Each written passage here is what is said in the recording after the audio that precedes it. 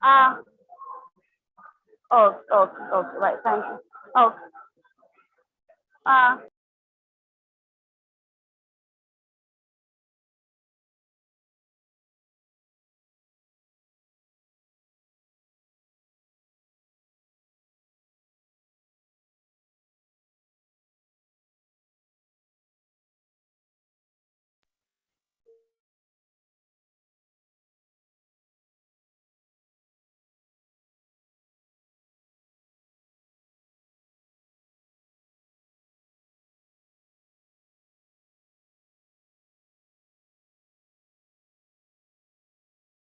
And today, we all know that today is the Quit India Movement Day.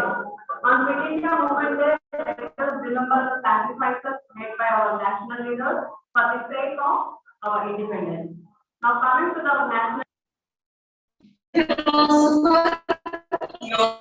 Aurobindo was one of the most influential figures of the early 20th century.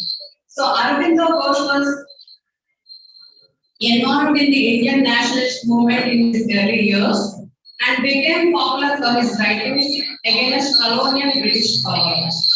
He left politics for his spiritual work. So today we are conducting a national webinar on the national spirit of national education according to Aurobindo.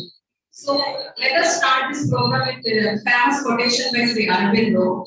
True knowledge is not attained by thinking. It is what you are, it is what you become. So now I take pleasure to invite the guests on the dais.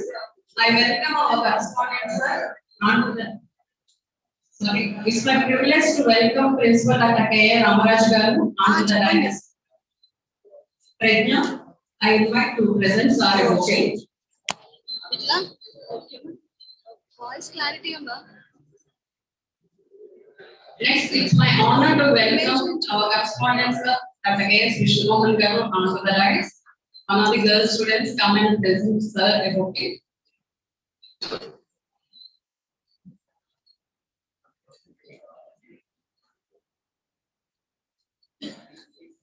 Now I invite Dr. G. Ramu Garu, IPSC coordinator onto the dais. I invite one of the girl students to present their motive. Sir.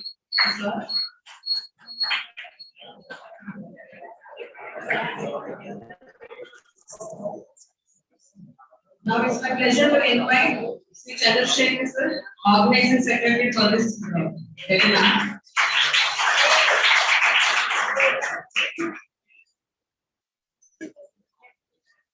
So now I request all the dignitaries to raise for the prayer. I invite Harshita and Dave to start the program with prayer.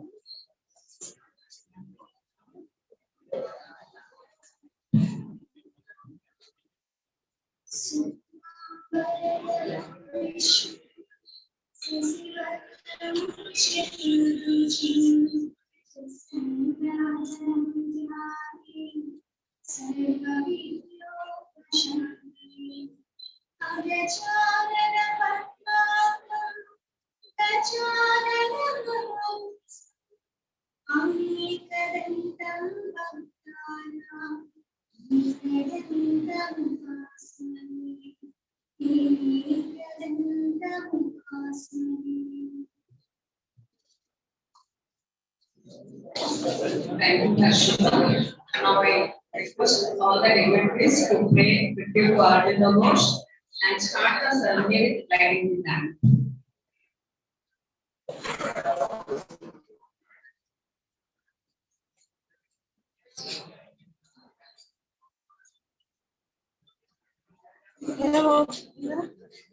ఇది అడ్డంగానే వాళ్ళ దగ్గరికి ఇట్లా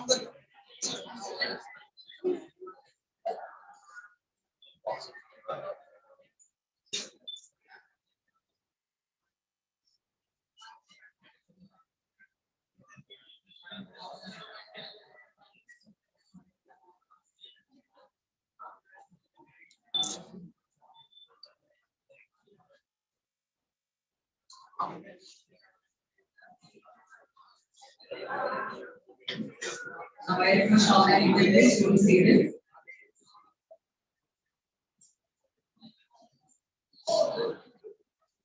Now I request Chandrasekhar sir, organizing secretary for this webinar, to be coordinator and to present all the functions.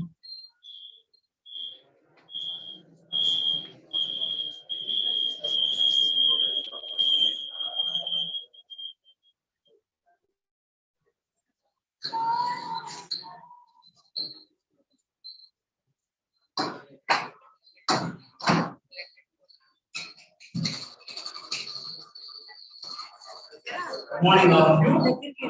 Today is the great day. On this day, 1942, Quit India call asking the British to leave the country was given. It's very, very pertinent and significant that we are celebrating a national webinar on we have those ideas on national education. So, in this connection, now I am going to request our correspondents to express these greetings to the audience.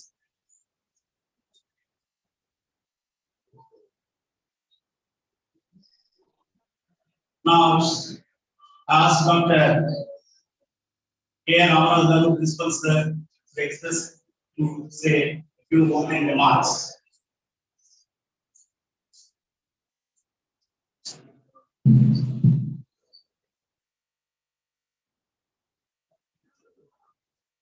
Respected correspondents, Sasya and Economics College, Dr. K. Sushmangaru. Respected Dr. G. Ramugaru, coordinator IQAC. Respected Chandrasekhar Garu, organizing secretary of today's webinar. Respected Madam Lakshmi Saraswati Garu, Equity Department of English, other faculty members and my dear students, and all the participants that are taking part on this webinar, a hearty welcome to you all. As you already know, this is a very significant day that the movement was started. On the important day, the webinar on the spirit of national education, according to Aurobindo, problems and prospects. This is a very important aspect in the part of education.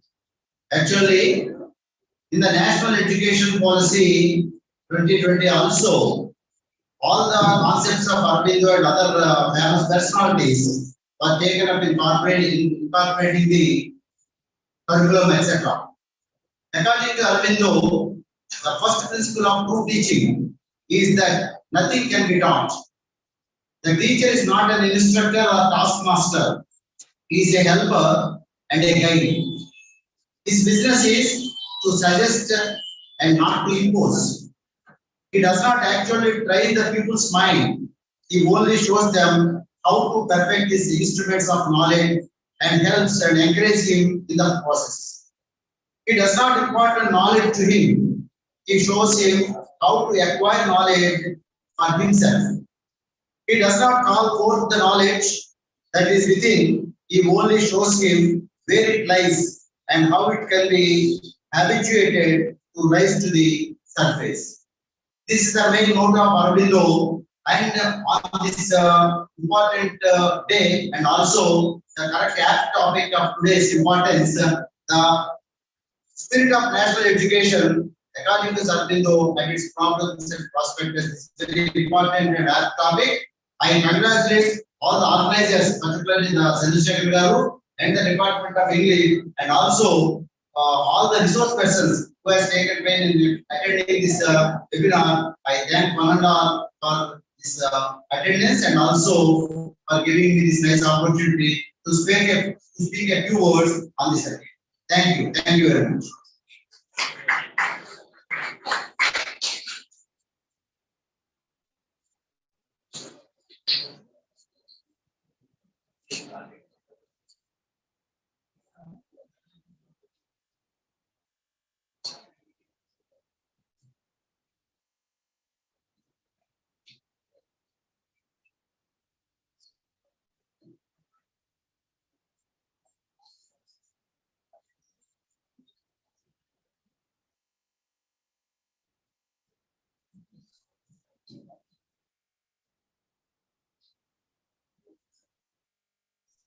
My dear students, this is a very great day. First of all, శ్రీకృష్ణుడి యొక్క దివ్య చేతన 1926లో ఈ భూమి మీదకి వచ్చి శ్రీకృష్ణుడి యొక్క body, అరవిందుల యొక్క బాడీలో కృష్ణ చైతన్యము ఎంటర్ అయింది. ఆ తర్వాత వారు 24 సంవత్సరాల దగ్గర పూర్తిగా మౌనవ్రతంలో ఉన్నారు. వారు ఎక్స్ట్రాడినరీగా వరల్డ్ మొత్తానికి ఉపయోగపడే విధంగా పూర్ణ యోగాన్ని స్థాపించారు. It is known as integral yoga. Integral yoga means which integrates the development of the body, vital energies, prana shaktilu, the mind, manav manassu, its thinking patterns, the psychic and the spiritual, all these things. If you try to understand the meaning of the word Aurobindo, Auro means the early morning sunlight, the dawn, at the time of dawn. Vindam, ఆ కాంతి యందు ఆనందించేది. అందువల్ల ఏంటంటే అరవిందము అంటే పద్మం, lotus, lotus Bloom when the sun dawns and the early morning. That is why the sun is called లోక బాంధవః. ఈ లోకానికి మొత్తానికి మిత్రుడు ఎవరయ్యా అంటే the sun. ఆ సన్ లైట్ ని ఆస్వాదించేటువంటిది అరవిందం అంటే పద్మం. ఆ పద్మం పేరుతో అరవిందుల యొక్క పేరు కూడా చాలా యాక్సిడెంటల్ కాదు, గ్రేట్ డివైన్ ప్లాన్. ఎందుకంటే వాళ్ళ నాన్నగారు డాక్టర్ కృష్ణధన్ ఘోష్, ఆయన డాక్టర్ గారు, ఆయన నాస్తికులు, దేవుణ్ణి నమ్మరు వారు. అందుకనే భారతదేశంలో చదివించకుండా వారు ఇంగ్లాండ్ లో చదివించారు వాళ్ళ కొడుకుని అరవిందులను. అరవిందో ఘోష్ అనేవారు. అప్పుడు శ్రీకృష్ణుడి యొక్క చైతన్యం ఎంటర్ అయిన తర్వాత ఆయన తన పేరు ముందు తానే స్త్రీ పెట్టి రాసుకునేవారు. కొందరు మిత్రులు అడిగారు, అయ్యా మీ పేరు ముందు మీరే స్త్రీ అని పెట్టుకున్నారు ఏంటి, అలా పెట్టుకోకూడదు కదా అంటే, నేను కృష్ణధన్ ఘోష్ యొక్క కుమారుని అయినటువంటి అరవింద్ ఘోష్ కాలిక, నేను శ్రీ అరవిందో అంటే Krishna consciousness enter my body అన్నారు. అంటే ఎంత కాన్ఫిడెంట్ గా చెప్పారో చూడండి. అలాంటి వారి యొక్క సందేశము ఈ మానవ జాతికి ఎంత ఉపయోగం ఏంటో కొన్ని విషయాలు మనం తెలుసుకుందాం. I will stick to my time limit. Exactly 11 కి ఫస్ట్ స్పీకర్ స్టార్ట్ అవుతారు. We have ample time up to that and listen carefully. మీ అందరికీ అరుణోదయం, మానవ జాతికి మహోదయం, నవోన్మేషం నా యువతకు నవోదయం. విద్య యొక్క నిజ స్వరూప విషయంలో అజ్ఞానమైన వారందరికీ కూడా జ్ఞానోదయం కలగాలని వారు ఆశించారు. శ్రీ అరవిందులు ఆశించారు. వారు తపస్సు చేశారు. ఇంగ్లాండ్ లో వారు చదువుకున్నప్పుడు చాలా ముఖ్యంగా గమనించవలసిన విషయాలు ఏంటంటే, was a great scholar, past master of 7 languages, even when he was studying at Cambridge, Trinity and St. Paul's. How he achieved that? It's a wonder. Nobody could fathom the depth of his mind, the power, the sharpness of the instrument of his knowledge, the mind. He mastered Latin, Greek, Italian, French, Spanish, German, like that. So many languages. He mastered all the languages. In every exam conducted in Greek and Latin, he stood first. He was the first, and he got scholarship. And he did not use his father's money. వాళ్ళ నాన్నగారి యొక్క డబ్బులు ఏమి వాడకుండానే ఆయన చదువంతా పూర్తి చేసుకున్నారు Cambridge లో. His father wanted him to become a civil servant. He wanted to become a civil servant, but the ICS exam, horse riding, other things, he voluntarily did not attend because he did not want to serve the British people. He did not want to serve the British people.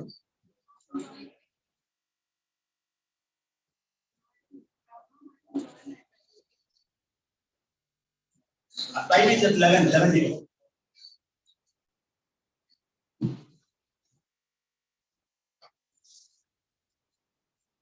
ఏమిటి పూర్ణయోగంలో వారు ఏం చెప్పారు ఆయన అంటే, we have to carefully understand integral yoga develops body, physical body, that is annamaya kosha, built by food.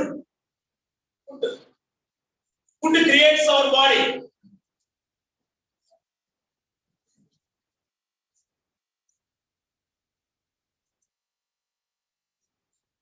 Food creates our body. ఆహారం ద్వారా మన body నిర్మాణం అవుతుంది. దాని యొక్క సటిల్ సూక్ష్మ రూపము మనస్సు. మన ప్రాణశక్తులు ఉన్న లోపల ప్రాణం ఉంది. ప్రాణం. They are vital energies. They are developed by yoga and pranayama. Yoga and pranayama develops vital energies. Third one, mind. Positive thinking. Positive thinking. Mind strengthen out. Mind becomes strong. And the psychic. Vijnanamaya kosam. Intelligence. Discretionary power. Meaningfulness. Mindfulness. All those things are developed in that fourth stage. And fifth stage is the spiritual, adhyatmika, or roughly Anandamaya kosam.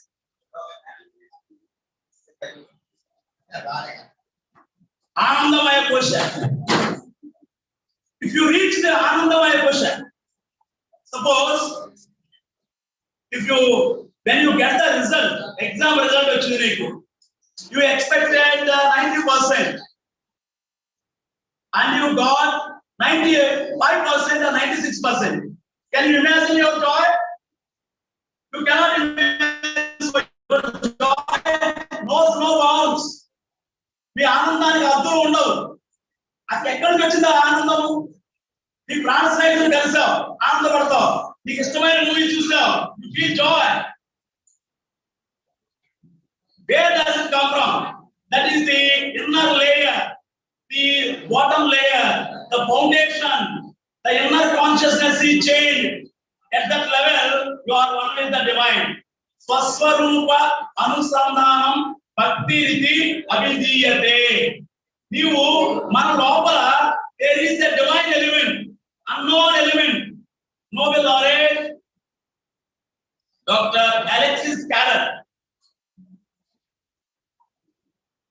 he has written the famous book, Man the Unknown. Man the Unknown means, what does it mean? మనకు తెలియని అర్థం కాని మనిషి లోపల ఉన్నాడు, the real man.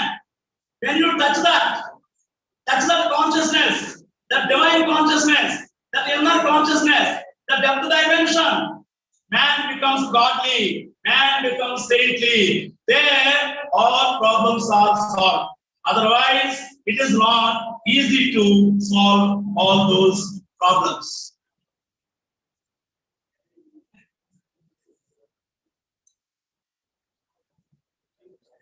Now, I would like to express my heartfelt, hearty welcome to all the participants who have joined already to the Zoom or YouTube link. So all these things, Aurobindo started a new movement, new consciousness, to make world citizens, to make real man, real education, inner change, inner blossoming, for total human development. Unless we develop that, we always quarrel. We know the Russia-Ukrainian war has been going on for years. Why? Why it is going on? What is the cause for their quarrel in this strike-torn world? So, this is the background from which we have to understand the significance, the relevance of Sri Aurobindo's message. I would like to read out a few quotations as well. Unless a man increases his wisdom as much as in the knowledge, increase of knowledge will only be increase of sorrow. మనుషులు practical గా బతకడానికి ఉపయోగకరమైన జ్ఞానాన్ని పొందనంత వరకు మామూలు ప్రాపంచికమైన జ్ఞానాన్ని సర్టిఫికేట్ల కోసం graduating education as much as he develops, so much is he sorrowful. His sorrows are not solved. He cannot get over his problems, his urges, his problems of adjustment, inner restlessness. He cannot. That's why George Bernard Shaw said,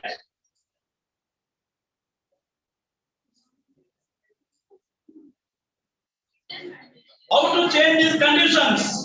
We have to change conditions to improve the different domains of human life: economical, political, social, financial, educational, sanitary. What are the individuals who develop the inner consciousness? They alone get over all these things and really make for a healthy, harmonious, disciplined, orderly, peaceful societies, peaceful homes, societies, and peaceful nations, and peaceful and orderly world. Otherwise, not. No organization can change radically unless consciousness, inner consciousness of man changes and put themselves in contact with the higher planes of consciousness. The mother of Aurobindo Ashram clearly said, in the International Center of Education, all problems will be addressed in the light of supramental knowledge revealed by Sri Aurobindo because of his tapasya, because of his lifelong endeavor, interaction with the divine, to understand the world, and you endeavored to bring heaven on to earth by changing the inner consciousness of man, not just by piecemeal approach. A holistic approach is needed to change for better. Finally, there is a great saying which is helpful to understand the significance of the mother and Sri Aurobindo. It is,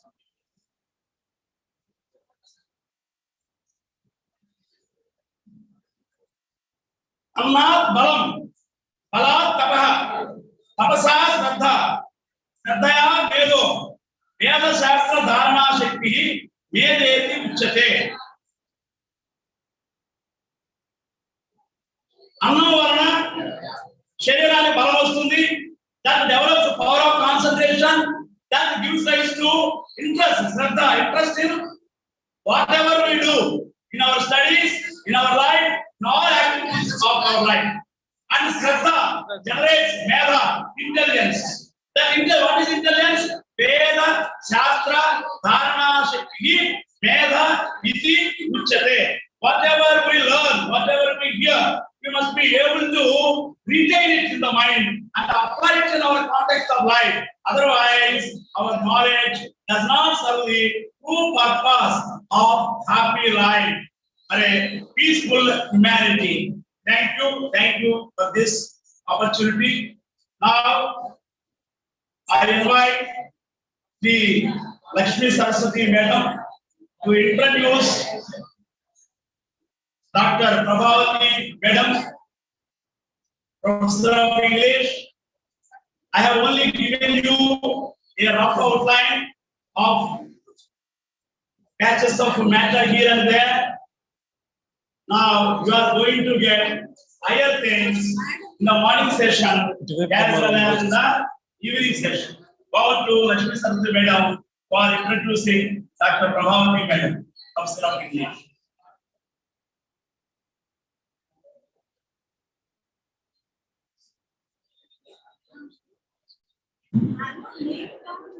It's my privilege to introduce Dr. Prabhavati Madam to this gathering. Dr. Prabhavati is of English, Vijnana has 34 years of experience in teaching, training and development, curriculum design, leadership coaching, academic management, team building and research. Her colleagues and associates see her as a positive communicator and an leader, a committed educator and a lifelong learner. She is currently working as a professor of English at Vijnana Hyderabad. She served as director of Geetham School of Humanities and Social Sciences, Hyderabad campus, as well as HOD Department and Vice Chairman English at Geetham from 2010 to 2023.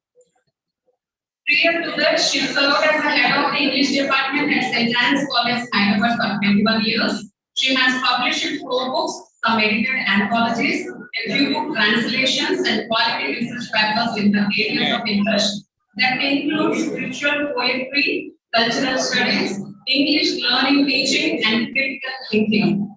She conducts training programs and workshops in practical spirituality, personality, development, soft skills, and English language and literature.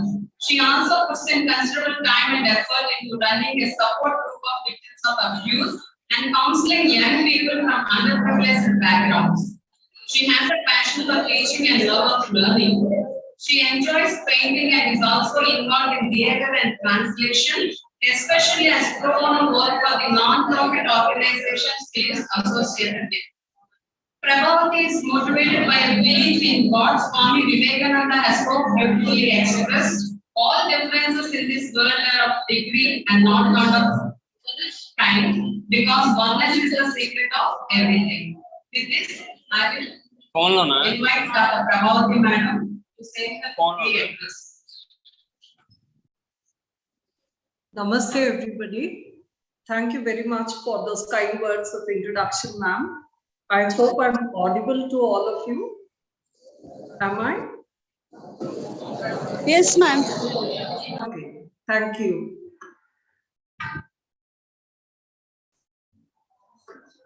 My fellow teachers, ladies and gentlemen, distinguished guests and participants, it's really an honor to be part of this national webinar on a topic of profound significance. And today we are all set to explore the visionary insights of Sri Aurobindo and delve into his transformative philosophy, especially because that holds the potential to reshape our whole understanding of what individual empowerment is all about, as well as societal progress. I'm sure that throughout this webinar, we will embark on a journey, as it were, a virtual journey, all the same, but still a journey to uncover the timeless wisdom that can guide us towards a more harmonious and a holistic future. At the outset, I would like to thank you all and thank the organizers, and let's get started then. Are we all ready to get going then? May I see by show of hands how many of you are students?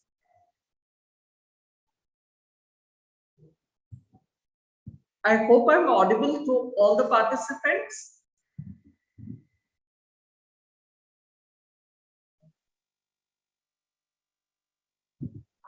Can you all hear me, or is there any issue with my audio? No. Your audio is perfectly right. Okay. Thank you, ma'am. Oh, welcome, ma'am. So before I begin with any kind of a formal slide presentation, I would like to first walk you through what this whole integral approach to spirituality is all about. And after a quick overview of Sri Aurobindo's integral approach to spirituality, I will then move on to share a few practical tips and strategies on how we could make that happen in our own everyday lives. Because from where I see it, that's the whole point of this webinar. Sri Aurobindo's integral approach to spirituality encompasses a holistic perspective, and the aim is to harmonize and uplift every dimension of human existence. His vision for humanity's evolution revolves around the concept of a transformation. It's a kind of a divine transformation that extends beyond mere individual salvation, or what we refer to as mukti, or nirvana, or whatever we would call it in different terms. And the intent is to reach into the very fabric of the society, of our entire existence on this earth. So at the core of Aurobindo's philosophy is the idea of the divine manifesting in all aspects of life. I'm sure we've all heard about that tiny divine spark that lies within each one of us and all around us, both animate and inanimate things around us. So how is it that we can connect better with this divine? And that is the whole exploration all about. So Aurobindo emphasized the importance of self-discovery, because it is through discovering ourselves, finding ourselves, that we are able to bridge this gap between the material and the spiritual. I'm sure all of us have experienced these moments of, these questions that profoundly keep impacting us on perhaps an everyday basis. What am I? And why am I? And where am I? Not literally the location as Google Maps could show us, but then where in this journey of life am I currently placed? And where am I heading to? These are all questions that trouble all of us, and that also intrigue all of us. So that is something that we would be looking at as well. And besides this spark of the divine and the idea of the divine manifested in all aspects of life, Aurobindo emphasized the importance not just of finding oneself or self-discovery, but also self-transcendence. To transcend is to go beyond what we see as limitations, go beyond what we see as constraints, go beyond what we perceive all around us as the material world, and encourage each one of us, encourage individual humans to go deep within ourselves and uncover this true spiritual essence. As the speaker before me had shared, there is a lot of this ananda that we are all in quest of. Because ultimately, when we ask anyone, what is it that you want out of life?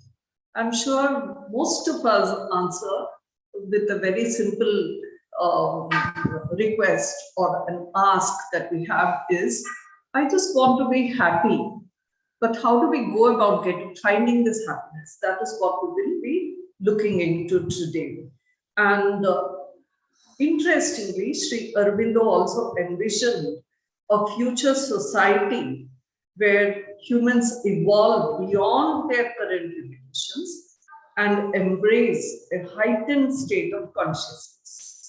And he believed that this collective evolution is something that will lead us to a future dawn, where the society would be characterized by truth, beauty, and love. And there would be harmony in everything around us. And in this transformed world, every individual, each one of us, would recognize not ourselves as an independent individual being, but we would be able to understand and relate to this interconnectedness with one another. I think, if nothing at all, COVID has taught us exactly how interconnected we all are. May I share the screen and share a few slides with the participants?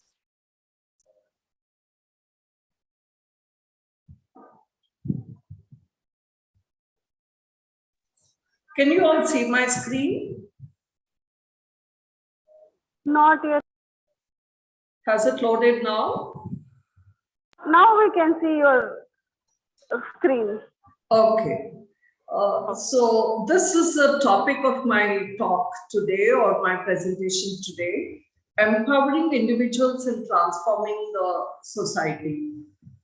Sri Aurobindo's path to holistic development. And please don't worry about whether it would be a death by PowerPoint this morning for all the participants. Certainly not, because I will only walk you through a few slides, and then we get more into a discussion mode where some of you can raise questions, share your views and opinions, and we can have a discussion.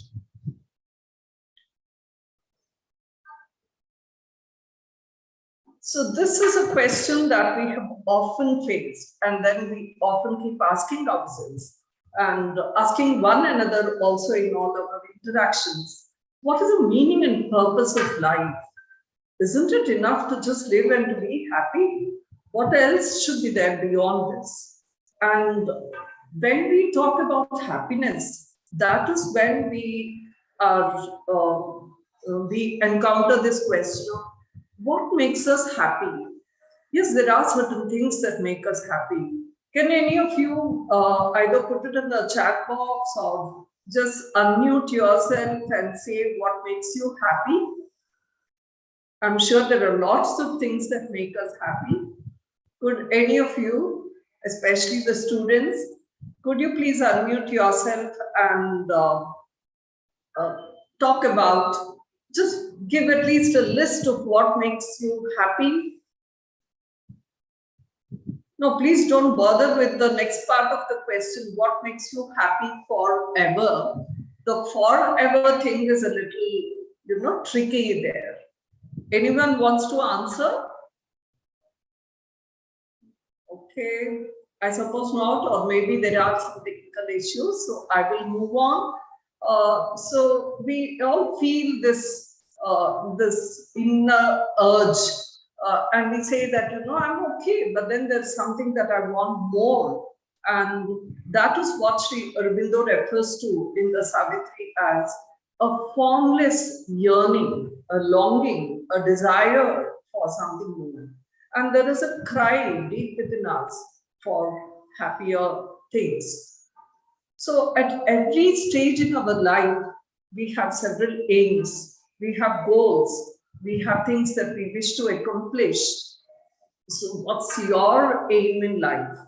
That is something I would want each one of you to reflect upon this morning. And when I say reflect, yes, I mean a quiet reflection. Would you take just a moment to reflect upon what's your aim in life? What do you wish to accomplish? If not in the whole of life, just this one day, this bright and beautiful morning, what is it that you are longing for? What is it that you want to have this day? Could any of you speak? Okay. let me just move on in presentation mode, and then we will reserve or share the discussion until the end of the presentation, because I see that some of you may be having some technical glitches. So yes, every individual has an aim, and then we all understand that the quality of our life depends on the quality of our aims, because we might aim for just the material things. Let me have a job that pays well. Let me have a house that is reasonably comfortable. And then let me have a car for transport for myself, my family. And there is no end to what we might want. And some of us fall into this trap of comparing ourselves with others around us. And we might think that somebody else has more than what I do. So maybe I should aspire to get that as well. But we are not talking about confining our aims and our aspirations to just what we can achieve now. Because there comes a point in everybody's life when they feel that, okay, been there, done that, and next what?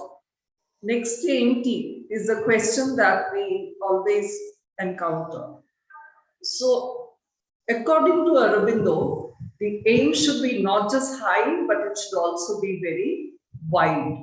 And it is something that, that should be of the kind that makes life very precious, cherished, and valuable to ourselves and also to others. So, how is it that I can make my life valuable to myself and also to others?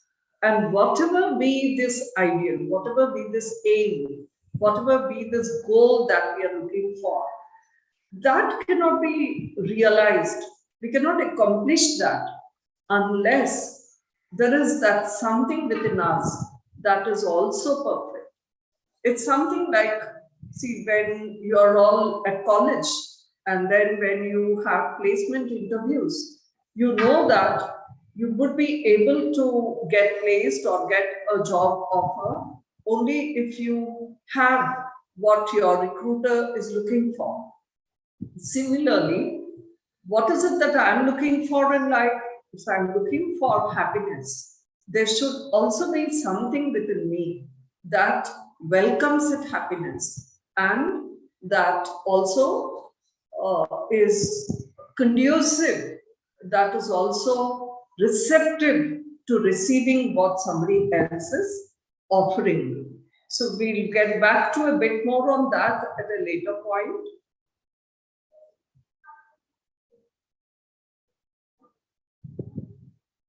So Aurobindo talks about the process, because we are all either learners or educators, and all of us who are also teachers and educators, we are also continuous learners. And not just because we have got onto this whole bandwagon of continuous learning, but primarily because there is no teacher who can be a teacher without being a learner first.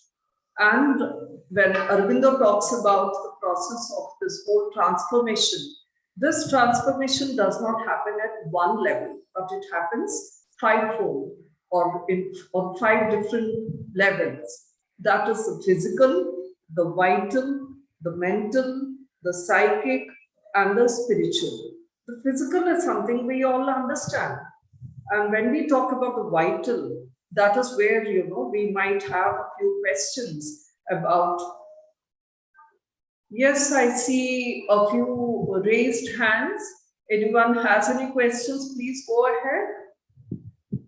Mr. Fanigaud, Dr. Kashilinga, would any of you want to speak? I see raised hands. No, madam. No, madam. Please.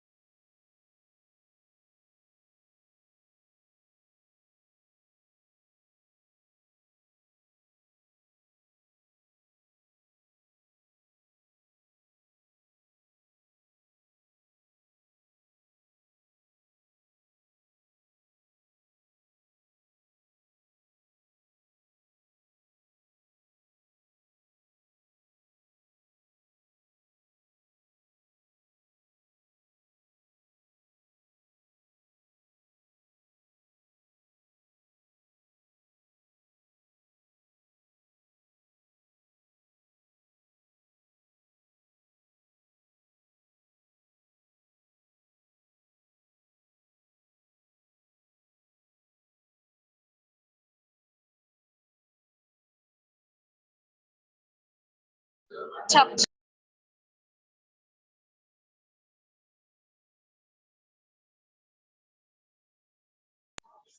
Excuse me, ma'am, you are not audible, madam.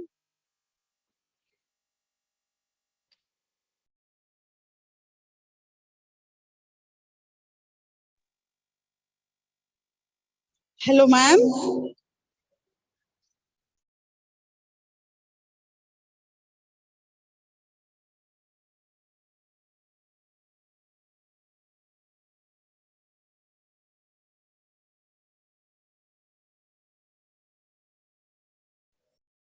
Am I audible now? Yes, ma'am, you are audible now. Okay. When did you miss? When did I miss being audible? At what When point? when you just shared the other slide, then it stopped. Okay. Okay. Thank you, ma'am. Do you want me to go ahead without sharing the deck of slides? Would that be better? No, no, ma'am. You just share the slides. It's okay. All right. Thank you. Thank you. Thank you for letting me know. So we were talking about the first principle of true teaching is that nothing can be taught. I just began talking about why is it that nothing can be taught. That is because innately everyone who learns something has to be ready to be receiving whatever is that lesson that we are at that point of receiving. And that aspiration has to come from within. It almost is, in a way, the same age-old crude saying that you can take a horse to the water, but you can't force it to drink, kind of a saying. So that is at a very material level. But then when Aurobindo says that the first principle of true teaching is that nothing can be taught, it's almost like, say, for example, if I were to read about swimming, and if I were to understand what that whole process of swimming in the water is all about, would that teach me how to swim? Can I do an online course on swimming? It isn't possible, right? Similarly, when it comes to experiencing the knowledge of what life is all about, experiencing the knowledge of the divine, that cannot be taught. It is not just knowing about something, it is the knowing something that helps us learn. Yes, Mr. Mahesh, do you have a question?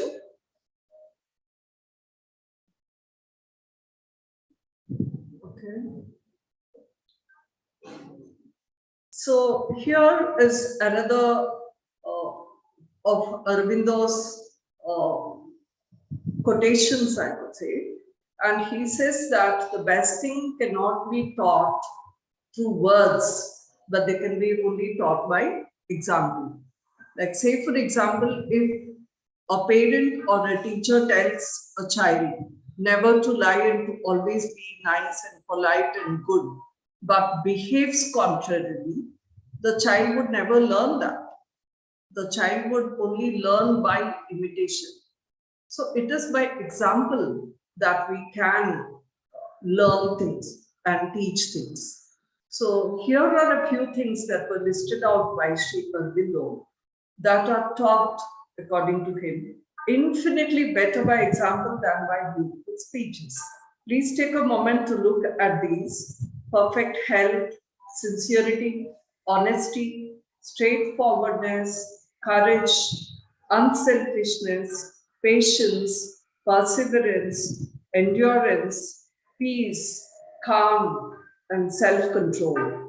All these things cannot be taught, but they can be demonstrated by example.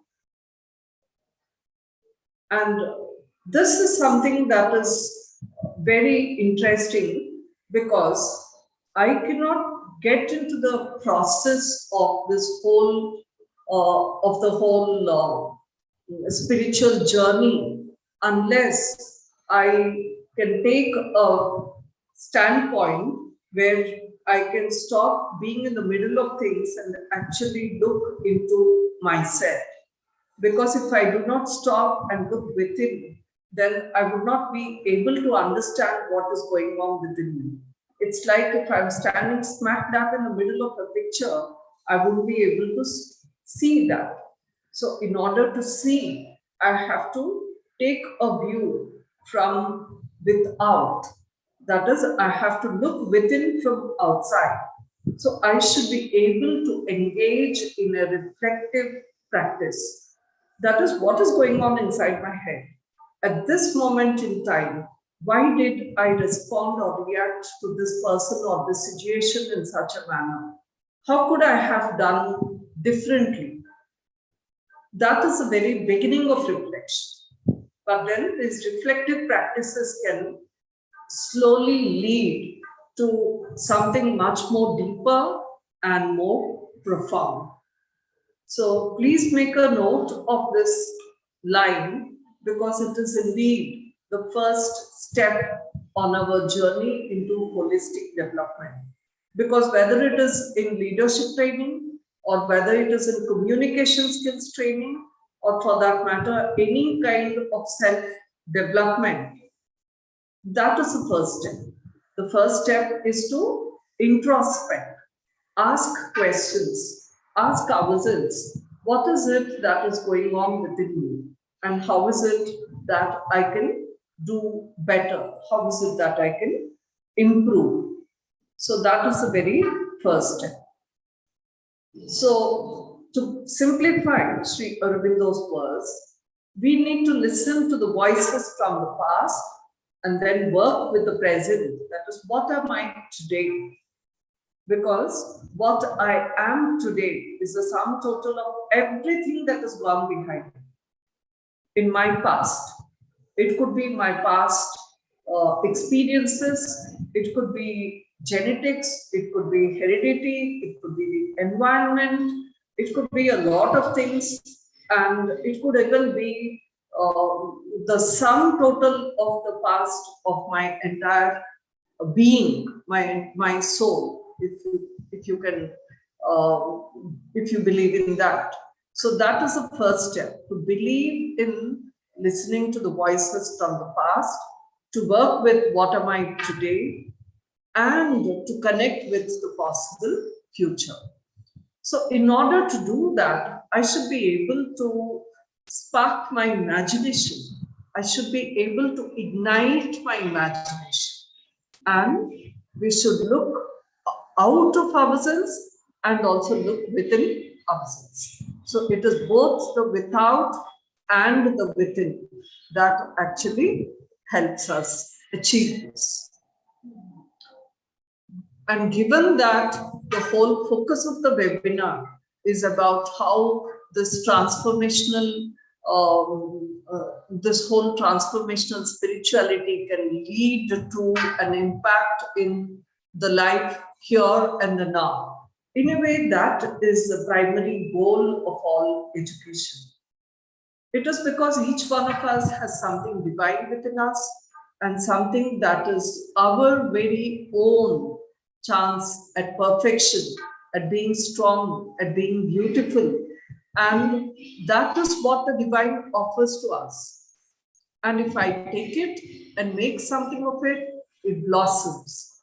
If I don't take it and I just let it go, wither away in the bud form itself, then it is of no use at all. So the task for me and for each one of us as an individual, the task for you is to find it, is to develop it, is to use it. And that is something that we can do only when we can collectively share our experiences and only when we embark on this learning journey together. Because individually, we are plagued by doubts, whereas collectively, we move forward with a greater confidence, with a greater strength. But then it is not a journey that can always happen like, an excursion or a trip into the woods, because there is a part of the journey that each one of us has to undertake individually. But once that part is completed, instead of confining ourselves to the within, we should also look without. That is what Aurobindo himself did. I'm sure those of you who have read the story of his life and have known something about him would know that whether it was in the prison or anywhere else, Aurobindo had always had this urge and had this capacity to share his experiences with the world. And he did not want to stop at attaining that goal for himself, but he wanted the whole of humanity to be elevated to that point where the consciousness has evolved. And that is the essential motive or the central motive, the key motive of all earthly existence. That consciousness can evolve into what it is today and then evolve into the divine in the future. So it is not by thinking alone, it is not through the mind that we can gain knowledge of the spirit. It is what we are, it is what we become. Even in our conventional education, we can never learn a thing correctly, a concept well, and we cannot make it our own unless we actually practice it. So that is where this whole learning by doing or activity based or this whole experiential learning concept has come. And Aurobindo has visualized it long ahead, long back, far ahead of all the rest of us. So Aurobindo has, said this most beautifully. All problems of existence are essentially problems of harmony. Because as long as people are, living together in harmony with one another, in harmony with the world around them, in harmony with nature, then there wouldn't be any problems at all. Whether it is political problems, whether it is international issues or war or violence or even poverty or climate change. Look at any problem in the world. Look at any problem in our own lives.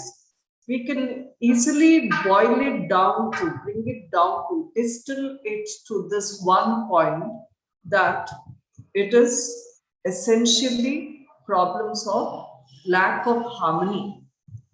Because once there is that innate harmony within all the diverse parts of this one whole, then everything would be joy, everything would be beautiful. Like say, for example, if you are engaged in painting something, if it is mere splatters of color in different parts of the canvas, it would not contribute to a beautiful piece of art.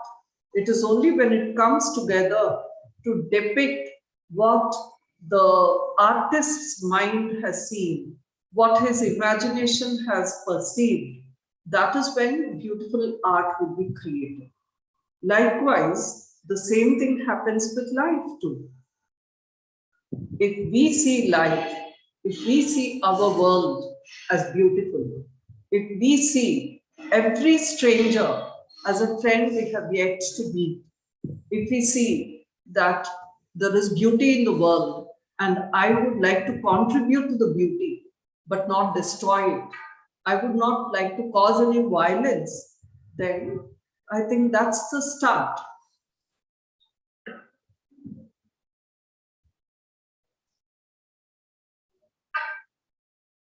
Do I have a bit more time? I will take 5 minutes to conclude, and uh, after that, I will share a few tips and strategies for young people, especially to tap into their inner core and then take up this whole endeavor of conscious growth, leading to meaningful and fulfilling lives. Okay, ma'am. Okay, take your time. Okay, thank you, ma'am. So the first thing is self-reflection and mindfulness. Uh, the reason I thought it would make sense for all of us to talk about some practical tips and strategies that we can actually adopt in our everyday life is because, as a disciple once asked Aurobindo, see, it's almost like, this Himalayan magnitude, and that is very awe-inspiring, but also very scary. And that's when, he smiled and he responded saying, there's nothing like that. I'm like any one of you. And that was that was his humility, that was his modesty. And uh, very patiently, he would explain to all his disciples every little thing and address their questions and doubts. So, what I could distill from a few of from whatever I have read and understood and practiced so far is that these could be put together um, as a few uh, practical strategies that we can adopt in everyday life. And I would put it down to the number 12. And later I will share with Chandrasekhar Garu a copy of the 12 aspects of this spiritual journey that shares the ideas of the mother and Sri Aurobindo. So moving on to these practical tips and strategies, I will share with you 12 tips and strategies today. The first one being self-reflection and mindfulness. We could even call it heartfulness. We need to regularly set aside time to reflect upon what we are inside ourselves and what we are doing with ourselves.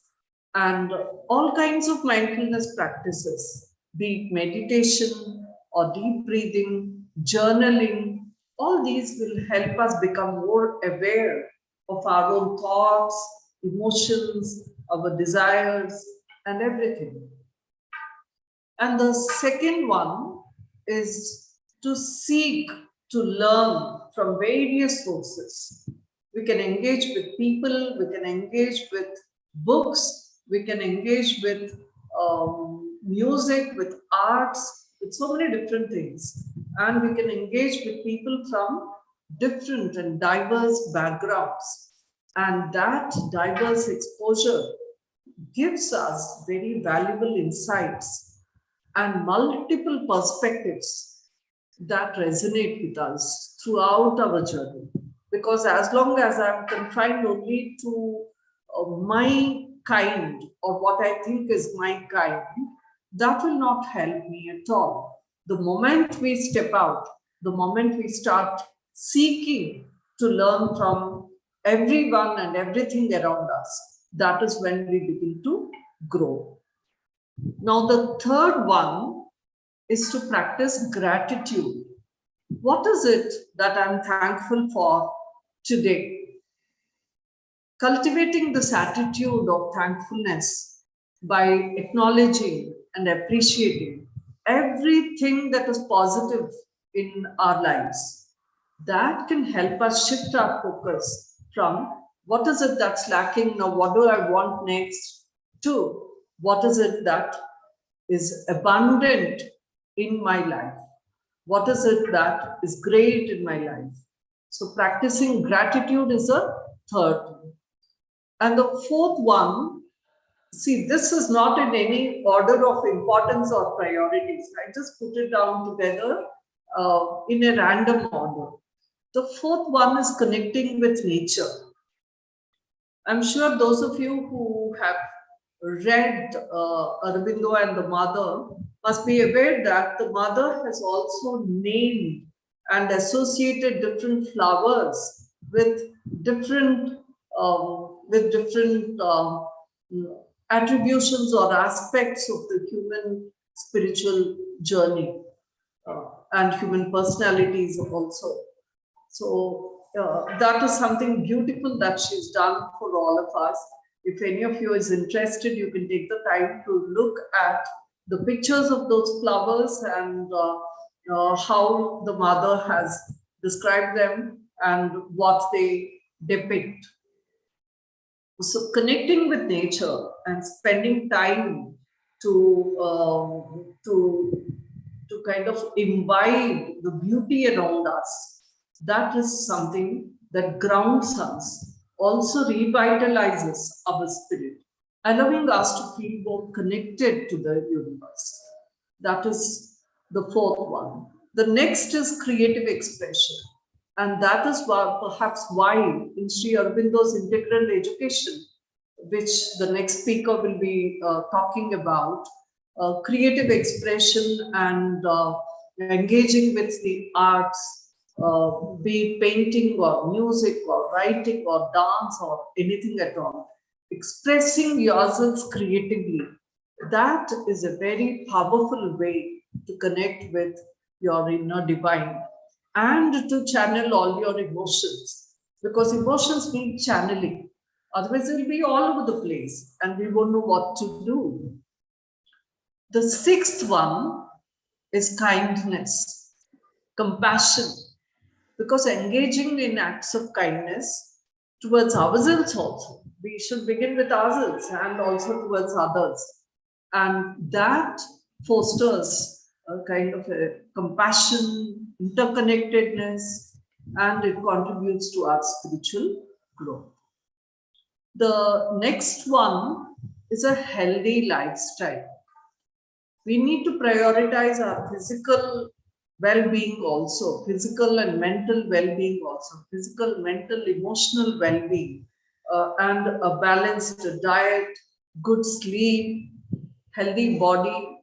All these are essential for us to have a clear mind and a very vibrant, active, healthy spirit. The next one is the need for us to set some challenges that we can overcome. That is, intentionally, let us set personal growth challenges. Like today, this is what I'm good at. Today, this is what I am. So, what is my next goal? What is the challenge that I want to overcome? Intentionally setting these challenges, personal growth challenges, that can push you out of your comfort zone.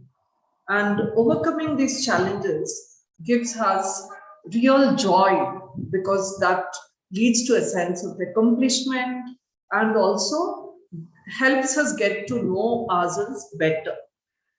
That's very, very important. And let's move on to the last four. The last of these four ones are indeed very important, and that's why I saved them to the very end, because I want you to go away from this session today morning with these topmost in your mind. This is cultivating positive relationships, because we are not an individual. Each one of us is not just one independent identity. It's almost like a spiral. It's not like this I is at the center and everything else is concentric circles. It's not concentric circles at all. We are in fact like a spiral. Everything is interconnected. And that is very important. So the moment we start cultivating very meaningful and positive relationships, not just with people around us, but with the things around us, with the nature around us, with everyone, people whom we know, people whom we do not know also, then will be bound to respond to us positively, because what we give comes back around to us. So cultivating positive relationships is something that is very important, and that is also essential for our overall well-being. Yes, it is true that some of you might say, because very often my students and other youngsters keep asking me, there's a lot of bad in the world. So what do you mean by all the time positive and positive communication, positive relationships?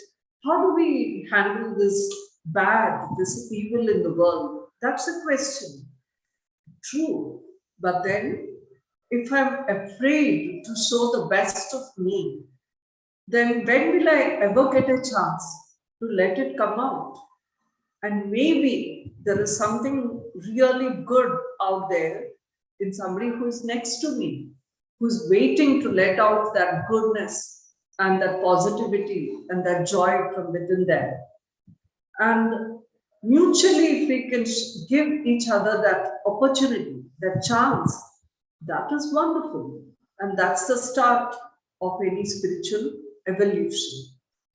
And of the last four, the second one is being non-judgmental and embracing acceptance, understanding, and generally being more compassionate and much more open-minded and open-hearted.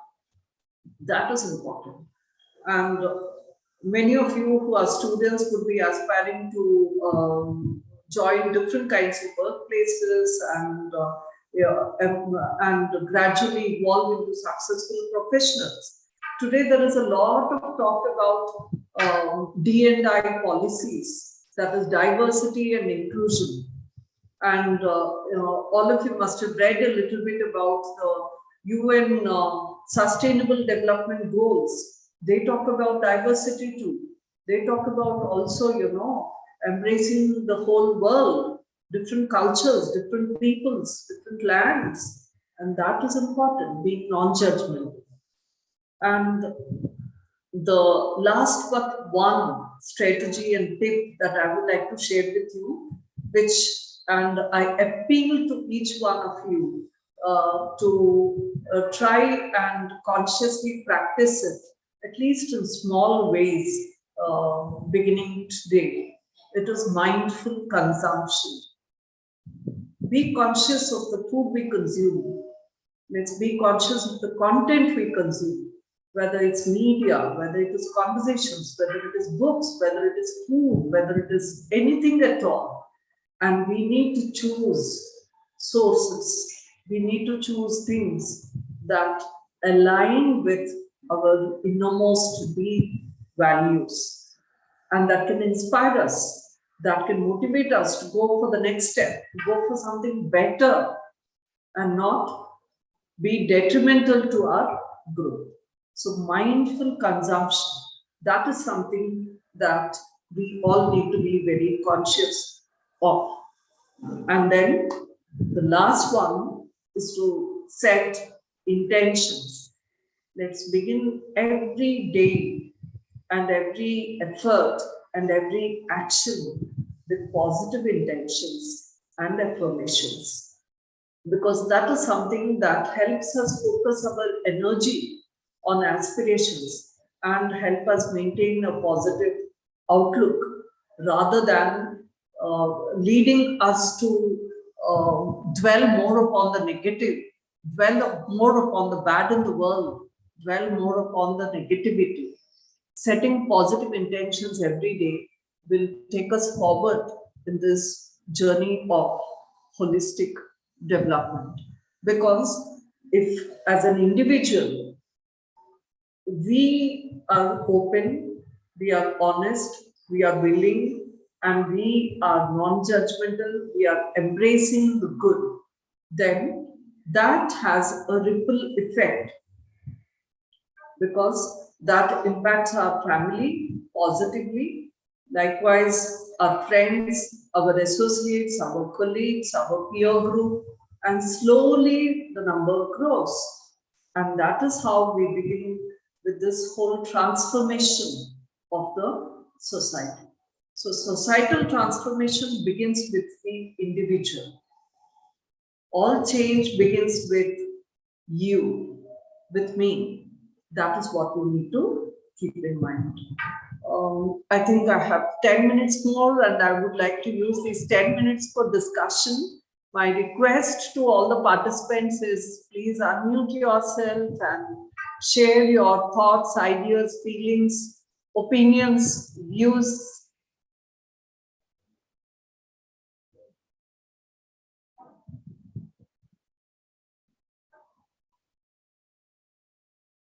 Shailaja, it's great to see you after decades, long time. And for those of you who didn't know, we were together back in college, and our dads were practically brothers. They grew up as great friends, and we stay connected with the families, but it's been literally decades since we met.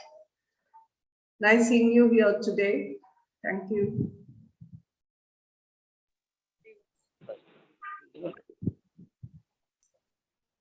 Could any of you please unmute yourself and respond? Do you want me to call out names like an online class? Madam. Surya Garu, yes, please. Thank you so much. Thank you so much, Prabha Madam. You have traveled the entire knowledge and wisdom, for which Sri Aurobindo and Mother endeavored lifelong to change individuals, societies, nations, and the world for making world citizens through integral yoga of self-perfection, the growth from within to make world citizens for harmony, balance, human and professional excellence. We are wonderstruck and overawed by your presentation, which is holistic and comprehensive. You have covered the entire gamut. In a sense, we are so thankful to you on behalf of Department of English, Tertiary College, which always aims at excellence or struggling towards excellence. And I would like to note one point, Madam. Eluru Center of Sri Aurobindo Society has been in existence for 25 years under the able leadership of Sri P.C. Swaroop. He is our mentor. Under his guidance, we have learned some certain things which have led us to conduct this national webinar. We have really ventured because it is a digital mode.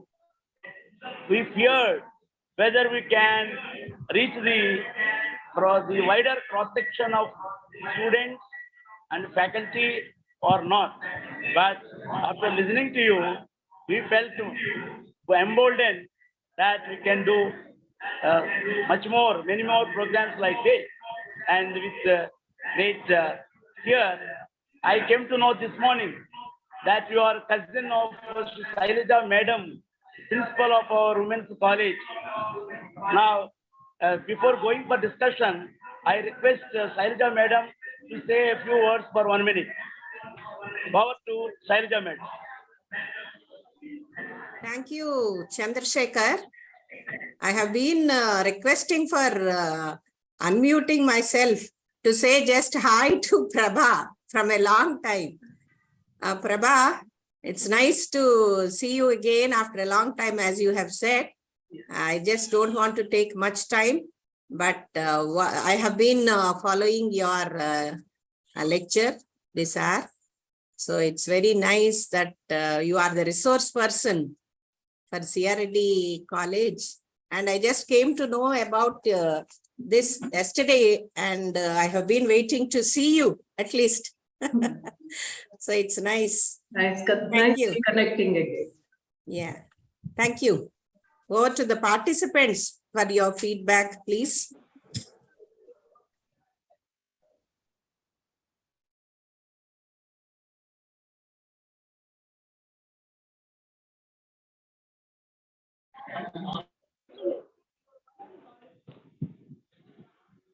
Now,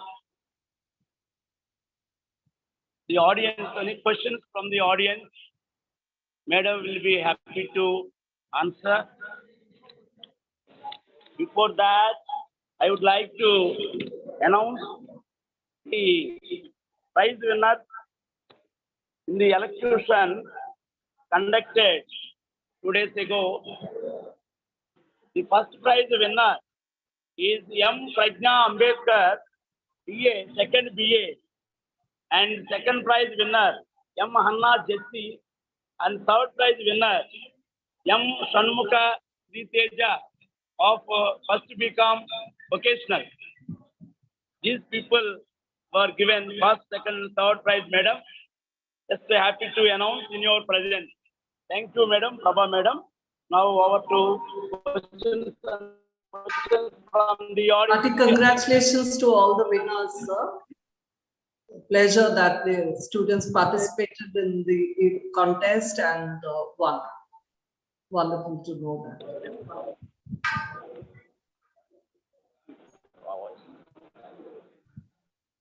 If no one has questions, could we wind up the session, sir, or would anybody want to speak?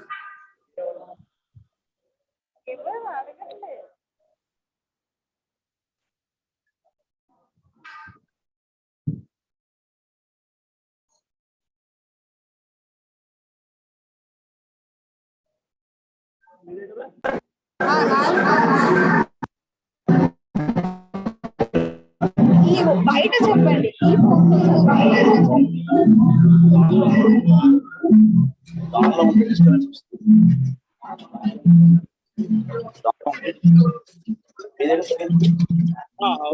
Now, I would like to invite Professor Malti P. Madam from Rajasthan, Sikar. We are very happy to invite Madam for the as the second speaker here. And now, Surya Kumari Madam, Assistant Professor of English from the Department of English. She will read out the bio of Professor Malti P. Madam.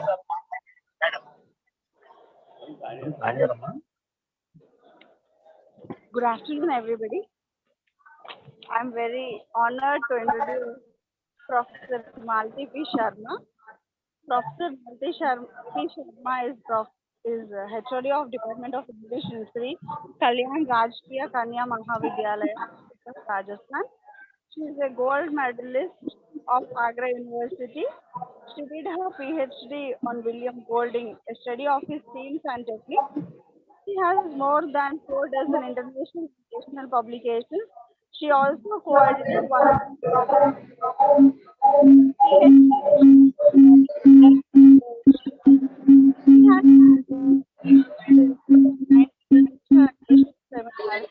and she attended more than 100 webinars. She has written chapters on research education of VMOU, Kota, and UOJ, University of Jammu. She is an established resource person, examiner, and academician. Her areas of interest are Dalit literature, feminism, and eco-criticism. She has been board member of editorial board and a board member of International Peer Review Journal, and she is currently the co-editor of Journal of Global Resources. She is actively involved in academic, administrative work, and social services in Higher Education Department, Government of Rajasthan. Thank you. With this, I present over to Ms. Malti P. Sharma. Thank you very much, Ms. Surya Kumari. Honorable Patron, Principal, Chairman, IQAC coordinator, convener, and organizing secretary of this national webinar on the spirit of national education according to Sri Aurobindo, problems and prospects, organized by the Department of English and IQAC, Sir C.R. Reddy College, Iluru. It's a great honor to address this august gathering of learned academicians, scholars, and knowledge seekers on the topic, the spirit of integral education, according to Sri Aurobindo, some perspectives. I would like to confirm whether my voice is audible. Yes, ma'am. Thank you. So, talking about the spirit of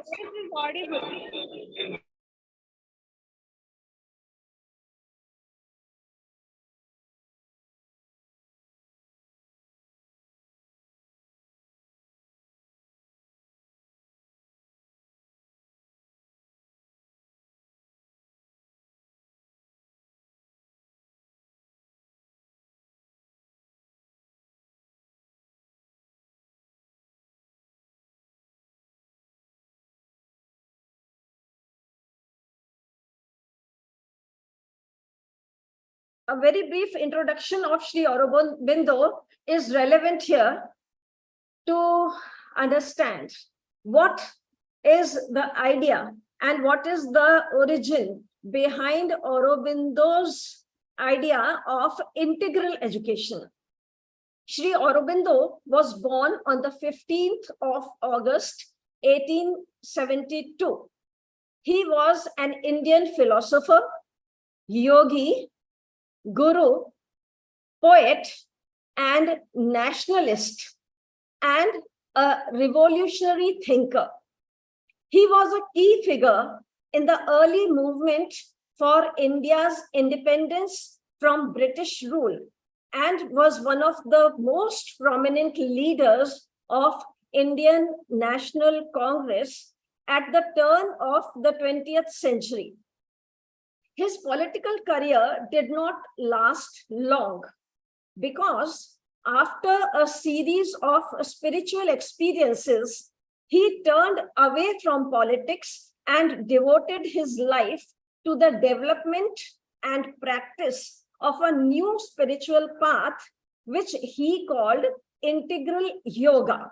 So the journey of Sri Aurobindo makes it very important for us to know and explore how the man in the making contributed such a lot of concrete information, such a lot of concrete treasure to the world of education.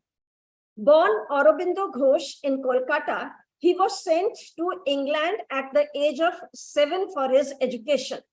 He studied at St. Paul's School, London, and King's College, Cambridge.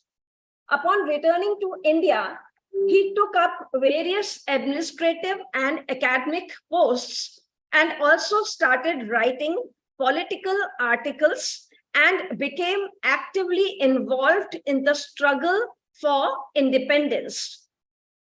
In 1908, this point is very important for us to see how the concept of integral education has its roots somewhere in some situation which we can never imagine. In 1908, Aurobindo was arrested in connection with the Alipur bomb case. He was acquitted after a year of trial. The experiences of this 1 year in jail were significant. During this time in jail, he had mystical and spiritual experiences. Following this, he moved to Pondicherry, leaving politics for spiritual work. At Pondicherry, Aurobindo cultivated a spiritual practice. He called it integral yoga. The central theme of his vision was the evolution of human life into life divine. So the concept of education was the way he interpreted life. What he saw was human life, and what he visualized was the life divine. He believed in a spiritual realization that not only liberated but transformed human nature, enabling a divine life on earth. In 1926, with the help of his spiritual collaborator, Mira Alfasa, who is popularly known as the mother, and the references of the mother are so many that Sri Aurobindo and the mother, they worked in perfect collaboration with each other.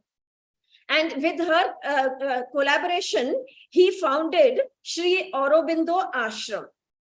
His main literary works are The Life Divine, which deals with theoretical aspects of integral yoga, Synthesis of Yoga, which deals with practical guidance to integral yoga, Savitri, a legend and symbol and epic poem, The Brain of India, and many more writings in the form of essays, in the form of small write-ups. He has contributed on a large scale. Sri Aurobindo's ideas of integral education is a holistic approach that regards the child as a growing soul. So here, what we see as a child is what Sri Aurobindo saw as a growing soul, the soul in the making for each one of us, for each human being born on this earth. He had that concept that it is the growing soul, and aims to help them bring out all that is best, most powerful, most innate, and living in their nature. It focuses on the development of all facets of the child's personality and the awakening of their latent possibilities. The goal is to help the child integrate with their true self, their surroundings, their society, their country, and humanity, essentially becoming the complete integral being they are meant to be. This is important. We are all meant to be integral beings. We are all meant to be complete with the background in which we are born. So this is what Sri Aurobindo visualized. Integral education is not just about information and skill acquisition, but self-development triggered from within the child and supported, nourished by teachers and parents. Every experience becomes a learning tool for the child in its growth. The education is designed to be complete and must have 5 principal aspects corresponding to the 5 principal activities of the human being. These 5 principal tenets we have seen in the earlier session, and they are so important that when we go through any write-up about Sri Aurobindo, we cannot jump over these 5 tenets. And these 5 tenets are the physical, the vital, which means the dynamic, the mental, the psychic. Psychic means the intellectual or the cognitive, and the spiritual. These phases of education follow the growth of the individual, but all must continue, completing one another until the end of their life. Very important here to know is that Sri Aurobindo had a very clear concept that one should continue learning till the end of the life. Means this learning only begins. It never comes to an end. Life comes to an end. Learning never comes to an end. In practical terms, this involves the establishment of model nurseries, kindergartens, primary and secondary schools where learning is joyful and creative. The focus is on developing some significant faculties in students like concentration, imagination, critical thinking, and deeper values of life such as truthfulness, courage, compassion, non-judgmentalism. A special emphasis is laid on making the best use of latest technology for the transformation of education more widely and effectively. So, if transformation has to be inculcated as a part of our national education, we have to keep in touch with the latest technology. And students, children, teenagers, adolescents, means people of all age groups who are especially those who are more impressionable, whose intake is better, and that intake is so urgent, they will take it in immediately. All these people of the society should be connected to latest technology. When we talk about connecting children, students, adolescents, teenagers to latest technology, we also have to be clear that we are talking about the positive side of all these things, because we cannot debate about positivity. All that technology has given us, and that which is positive, which is productive, which is fruitful to the society, for the individual, for the country, all these things have to be updated and they have to be released for the access of children of all age groups, especially those who are taking in formal education. The teacher training programs are organized to orient teachers and parents to concepts of integral education. This is why parents and teachers both are being tutored on this aspect of integral education. And there is a constant effort to bring in new elements in the syllabus and pedagogy. Integral education also includes projects like physical education, which is holistic and could be implemented in minimum space with minimum equipment. Nature projects, which work on the concept of sustainability based on Sri Aurobindo and the mother's writings. The use of electronic media, e-learning, and distance education is also encouraged to make the process of education more effective, meaningful, and enjoyable.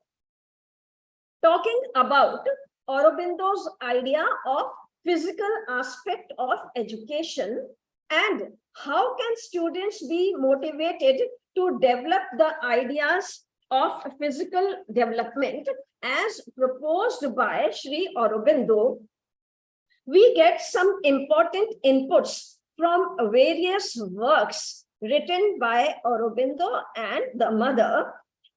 These works establish that Sri Aurobindo's ideas of physical education are rooted in the belief that the education of human being should begin at birth and continue throughout their life.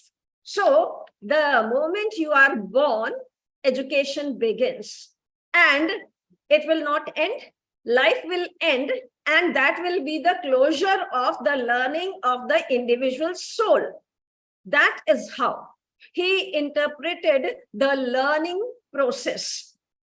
The physical aspect of education is seen as a crucial part of this lifelong learning process. According to Sri Aurobindo, the physical is completely guided by order, discipline, and method. It is a bundle of habits that adjust to the environment and to various factors of development and advancement. The physical education of the body may begin from birth and must continue during the life of the individual. The training of the body has three main perspectives. The first one is control and discipline. We have to train our bodies towards control and discipline. Both of them are highly challenging. Controlling all that the body desires and the body craves for. We have to put a check on that. So the list is too long and all of us understand it. So here we need not talk about what to control, what is it that makes us lose our control, and how we should behave. So all those morality and ethics we all know, whether it is our eating habit, whether it is our penchant for some luxuries or all that physical. We are quite updated about that. Then discipline. Discipline, the restraint that we have to put on ourselves is very important. And Sri Aurobindo says that if you have to train your body, you have to talk about control and discipline to yourself. And you have to be your own hunter master to control and discipline yourself. The second is an amicable development of all parts of the body. Very, very important. All parts of the body should have proper growth and development, and that growth and development should be amicable, smooth, charming, loving.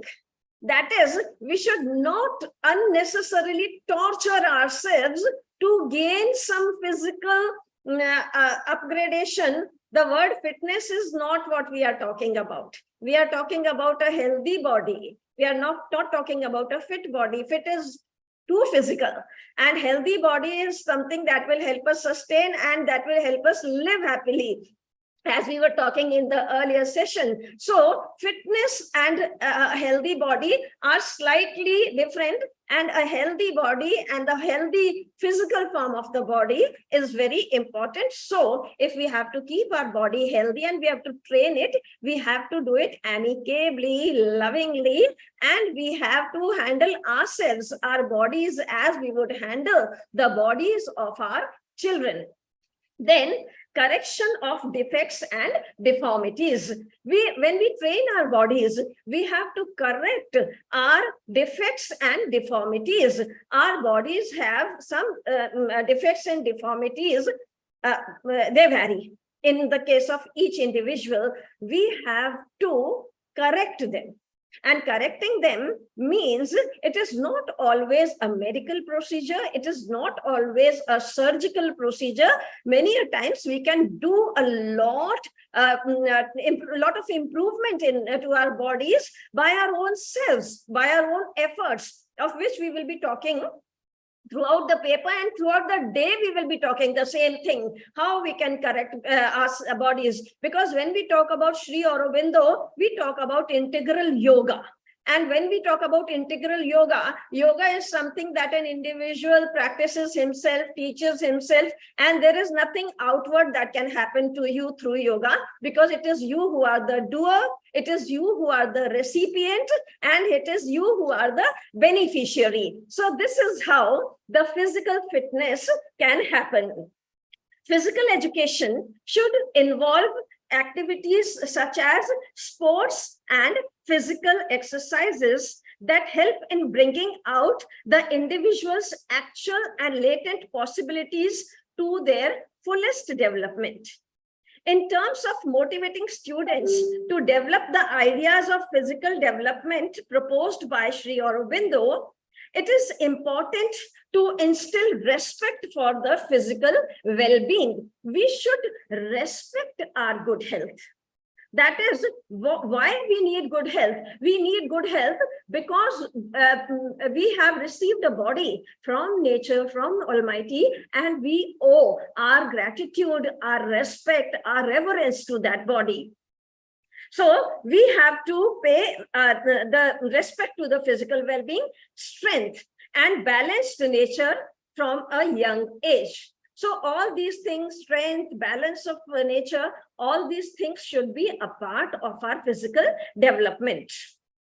The child should aspire for beauty, not to please others or to gain name and fame, but for the love of beauty itself. Sri Aurobindo talks about physical beauty, but what beauty? What we interpret as beauty is very close to the word glamour. No, he does not talk about that. He talks about that beauty which makes you spiritually beautiful. Your physical form manifests your spiritual beauty. So it is a mirror that should reflect your soul in it. That is the beauty Sri Aurobindo talks about. Every day, 40 to 50 minutes of walking is a must to various systems of the body. The moving about in the sun is very useful to the body, says Sri Aurobindo. Rest and sleep are important for the body to carry metabolic activities properly. Aurobindo's idea of physical education is about more than just physical fitness. It is about developing a deep respect and understanding of the body. We have to have an understanding of our own physical being, its needs, what are the necessities of the body. Because if we evaluate, much of what we term as necessity today is the most unnecessary thing that we are associating our physical being to. So what is the potential of the body? How capable am I? Am I really bringing out the maximum that I can do with my physical form? It is about nurturing the body in a way that promotes overall well-being and balance. Let us now explore Aurobindo's ideas on vital education of children, especially students, and how can we include vital development in daily curriculum for students. Sri Aurobindo's philosophy of vital education is centered on the development of life force or the vital being in students. This aspect of education is often overlooked in traditional education systems that primarily focus on intellectual development. This includes the understanding of the vital being. Aurobindo believed that the vital being is the seed of desires, passions, feelings, emotions, and dynamic energy. So where does our vitality lie? We have to understand that there was something called vital, but what is that vital? Where is my vital? What are the points that I should explore and understand? That, according to Aurobindo, are the desires, passions, feelings, emotions, and the dynamic energy. It is the force that drives our actions and reactions. Therefore, understanding and controlling this force is crucial for overall development. Balancing the vital and the intellectual. Aurobindo stresses the importance of a balanced development of both the vital and the intellectual. He argued that an overemphasis on intellectual development often leads to a neglect of the vital, resulting in an imbalance that can hinder the overall growth of the individual. Next, he talks about developing the vital through physical education. Aurobindo suggests that physical education is a key aspect of a vital education. He believed that physical activities not only develop the body, but also help in controlling and disciplining our vital being. Incorporating vital education in daily curriculum. To incorporate vital education in the daily curriculum, Aurobindo suggested a holistic approach that includes physical activities, moral education, and the development of artistic and creative abilities. He believed that such an approach would help in the overall development of the vital being. So we cannot segregate them, that this much of me is physical, then from this point to this point I am mental, then this much to this much I am physical, this much to this much to this much I am emotional, this much to this much I am spiritual. We cannot segregate all these things. They are intertwined, they are a complete whole, and one follows the other, one reflects its impressions on the others. So when we talk about vital education, we have to be very clear that all of them are intertwined. Then he talks about the role of teachers. Aurobindo also emphasized the role of teachers in vital education. He believed that teachers should not only impart knowledge, but also guide students in their overall development, including the development of the vital being. Teachers should mentor the students to go for education, especially the vital education, which helps us grow in the right direction. In practical terms, incorporating vital development in the daily curriculum could involve regular physical activities. These activities improve our physical health and also help in disciplining ourselves.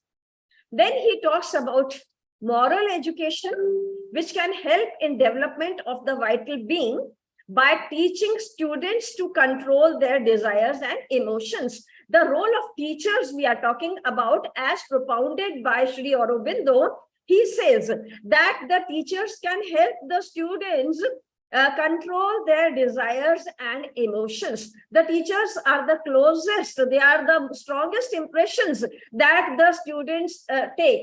So when the impact factor of the teacher is strong, the teacher should be in a position to address the emotional desires of the students. This will help them move on the path of ethics. This can be done through discussions. Now, practically, how do we do it? We can follow discussion sessions. Then stories. Stories, all the stories that are meant for children have a moral at the end of the story.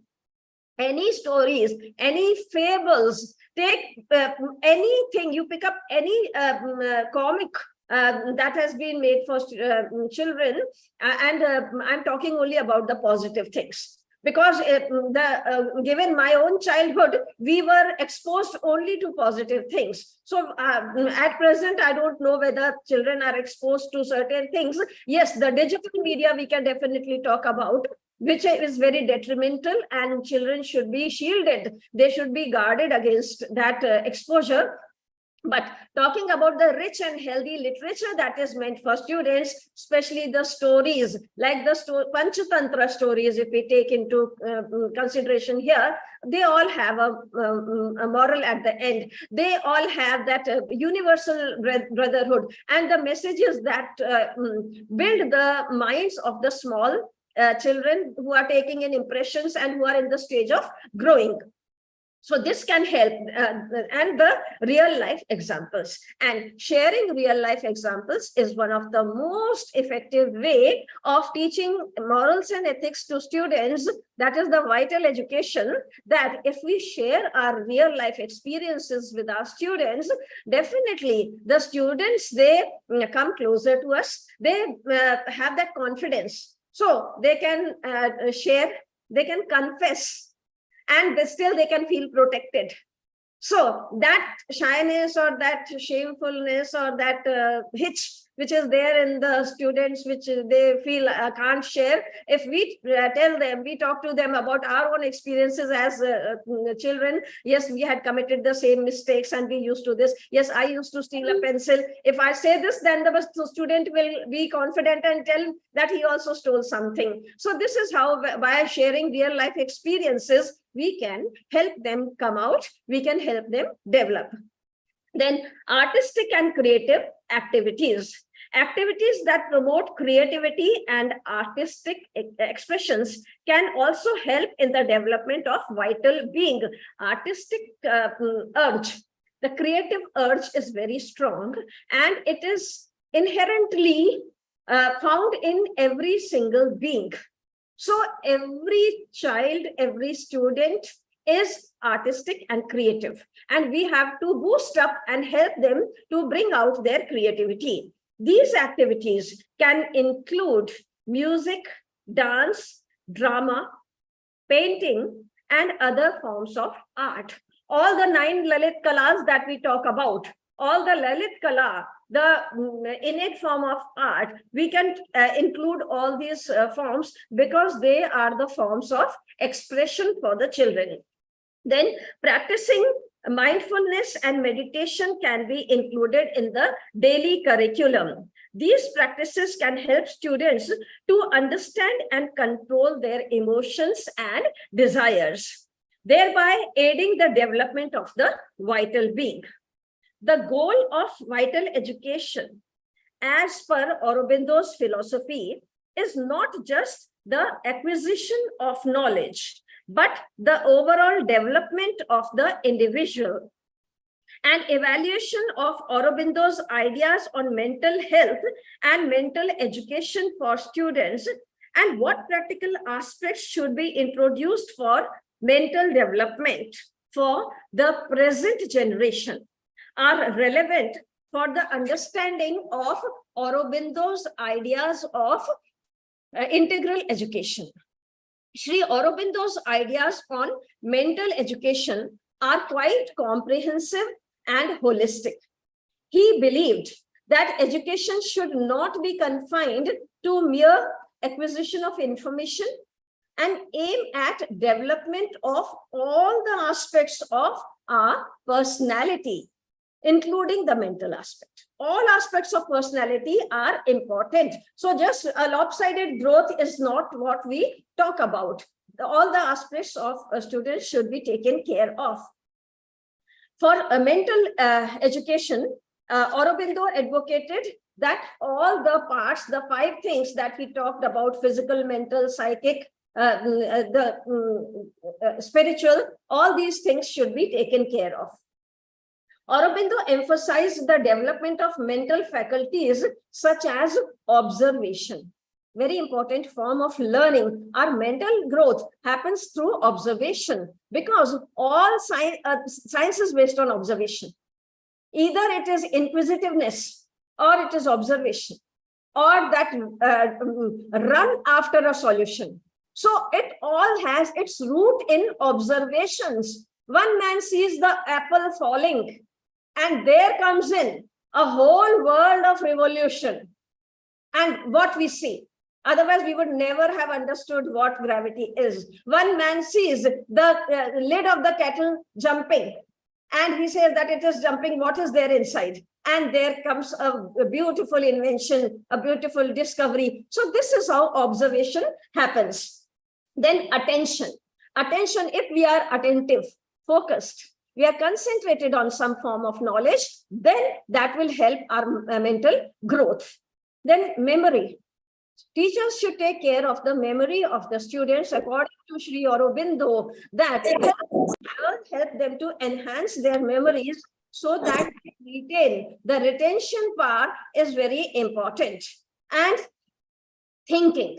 Thinking is important, because if we do not think, if we are just passive about taking it in one-sided knowledge, just taking it and then keeping it with ourselves, and we don't think about it, we do not do anything with it, then it is no use. So we should also teach our students to think, and this feedback is one important thing that forces us to think.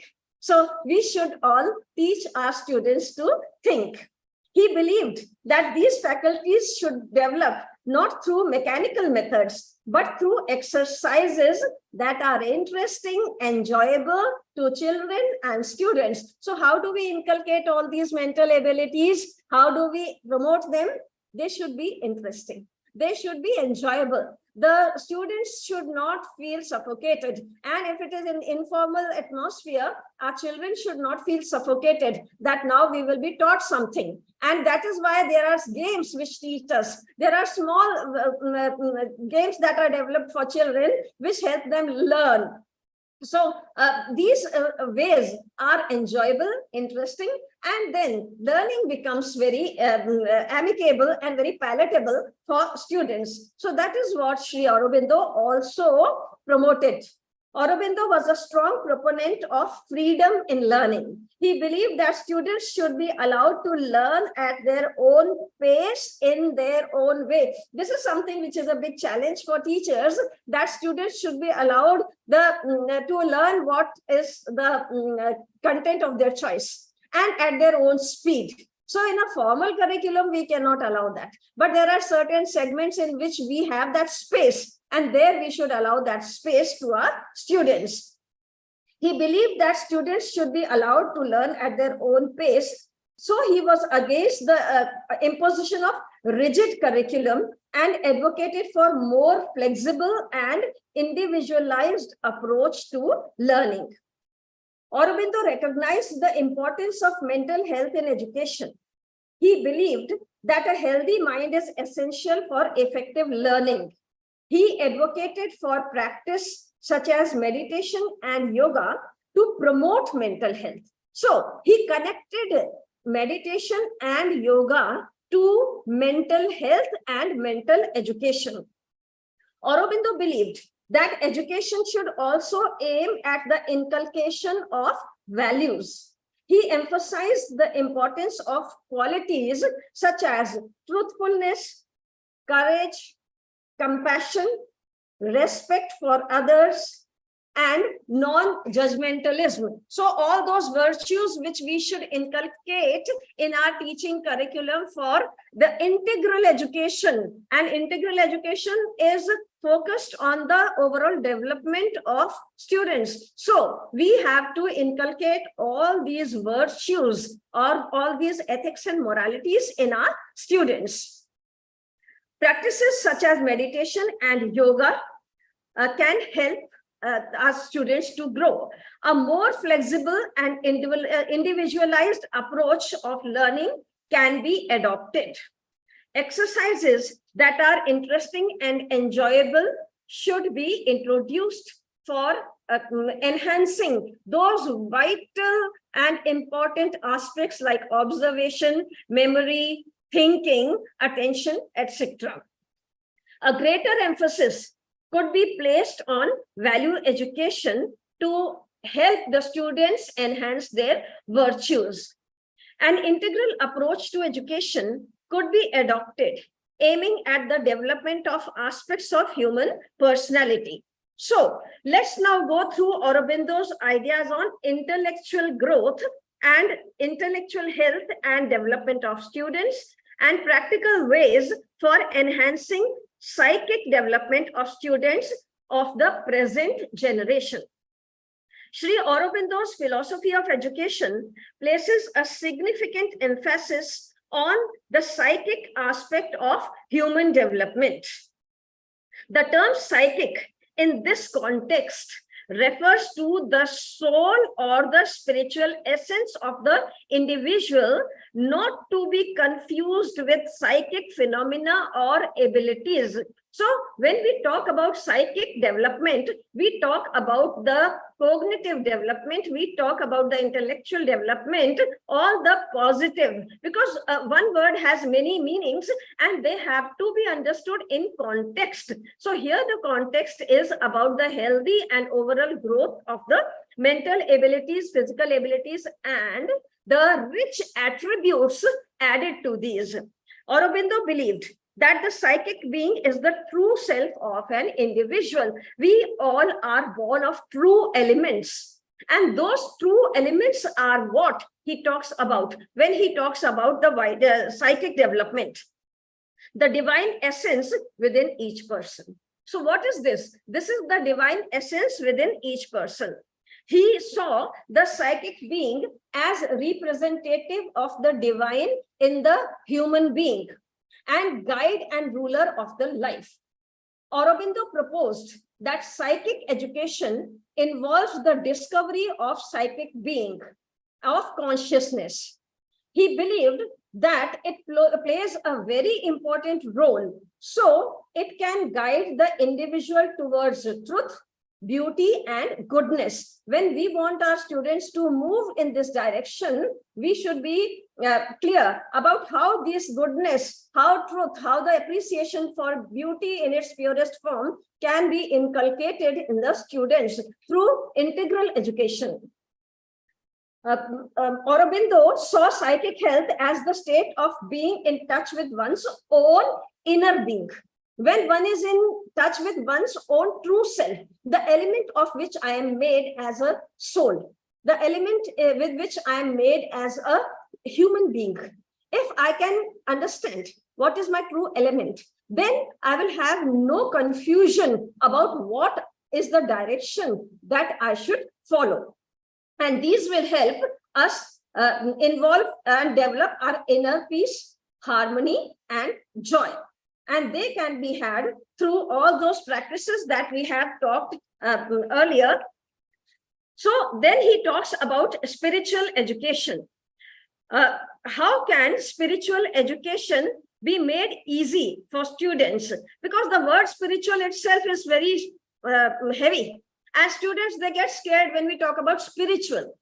And it is usually related to the people of elder age. No, it is not something which has something to do with only people who are past 50, 60, 70. No, this is for each and everybody. So our physical education, vital education, mental education, and psychic education, all these lead us to spiritual education, which can be had through meditation, concentration, and then inner discovery.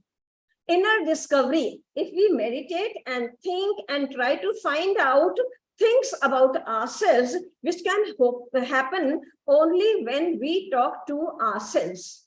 That is what we can do only when we are cut off from the outer disturbances or distractions. So how these things, they are a chain, and one, that is what integral, we are talking about integral education. So they are all one leading to the other. It is not a relay race. It is just 1 plus 1 plus 1 plus 1. That is how these 5 tenets have to be put together. So students should be introduced to meditation, yoga, creative activities, nature activities, and service activities. When this much has been introduced, then they should be connected to social service, because social service helps students to know those things which they are either not exposed to, or they do not know that even these things exist. Let us go back to the COVID times, because it was then that the role of service came into picture on a large scale, and teenagers, students who were unaware of certain things. They got exposed to so many things. They moved out of their houses when there was lockdown, and the parents would ask them to stay in. They did not bother for anything. They were full of that element of service. Why? Because it is their inner spirit that was driving them to go out and help the needy, help people who are sick, help people who are infected, help people who need food, help people who have lost their family members. So this is the true self. This is the element of which the soul is made, and that urge, desire to do social service is so strong. Once we reach to that stage, it comes out. And then we see very young children doing such a lot of social service, unbelievable. Something that we feel is fictitious, and they do it in real life. How? Because the true element of the soul, it gets manifested. And that is what spiritual education is. So it is not about all those exterior versions which we see, which we should not mention. We all know. Just go to your soul, go to your inner self, the goodness, that pure element of which you are made. Then you will understand what Sri Aurobindo means by spiritual education. And especially if you want to realize it, then realize it in social service. Aurobindo believed that spiritual education should involve teaching of values and ethics through discussion, stories, and real life experiences. So he talks about integrating spirituality in all aspects of education. So Aurobindo, he said that spirituality should be included in all parts of education. He believed that it should be integrated into learning in a very easy manner, very comprehensive manner. For example, in science classes, students can be encouraged to contemplate the wonders of the universe. So the universe is full of wonders. When we look at the universe, stars moving, then we have a scientific reason behind it. Yes, there is a scientific reason. We can measure everything. Still, there is something which we can't measure. Still, there is something we cannot decode. That is what is the spirituality behind it. So, and even science does not have an answer to everything. So that unanswered question is what spirituality makes us realize. So if we look at science with wonderment, we will understand the beauty of our being and our connect with the universe. Then in literature classes, they can explore themes of morality and human condition. And for the literature students, we can help them to understand the morality, the ethics, because literature students have a different way of interpreting, of decoding things. They can be introduced or connected to spirituality through morality and ethics in their way, through the literature that they go through. So the goal of spiritual education is not to indoctrinate students into particular religious belief, but to help them discover their own inner truth and their own inner being. So let us now see how Sri Aurobindo connects his idea of the spirit of integral education for students to different dimensions of yoga. This is the most important part, which in context with the integral education of Sri Aurobindo, we should know. See, we have this treasure and we have not read it like this. Those who are not introduced to Sri Aurobindo and his writings, they need to know how he connected these his thoughts of education and his thoughts of yoga. So let us now see how Sri Aurobindo connects his idea of the spirit to integral education for students to different dimensions of yoga. And can all the forms of yoga be taught to the students? This is also very important, because most of the students, they interpret yoga as a physical exercise, hand up, hand down, left and right. That is exactly not what yoga is. So let us see in the context of Sri Aurobindo. Sri Aurobindo's philosophy of integral education is deeply connected to this concept of integral yoga. Integral yoga is a comprehensive path that includes all other yogas.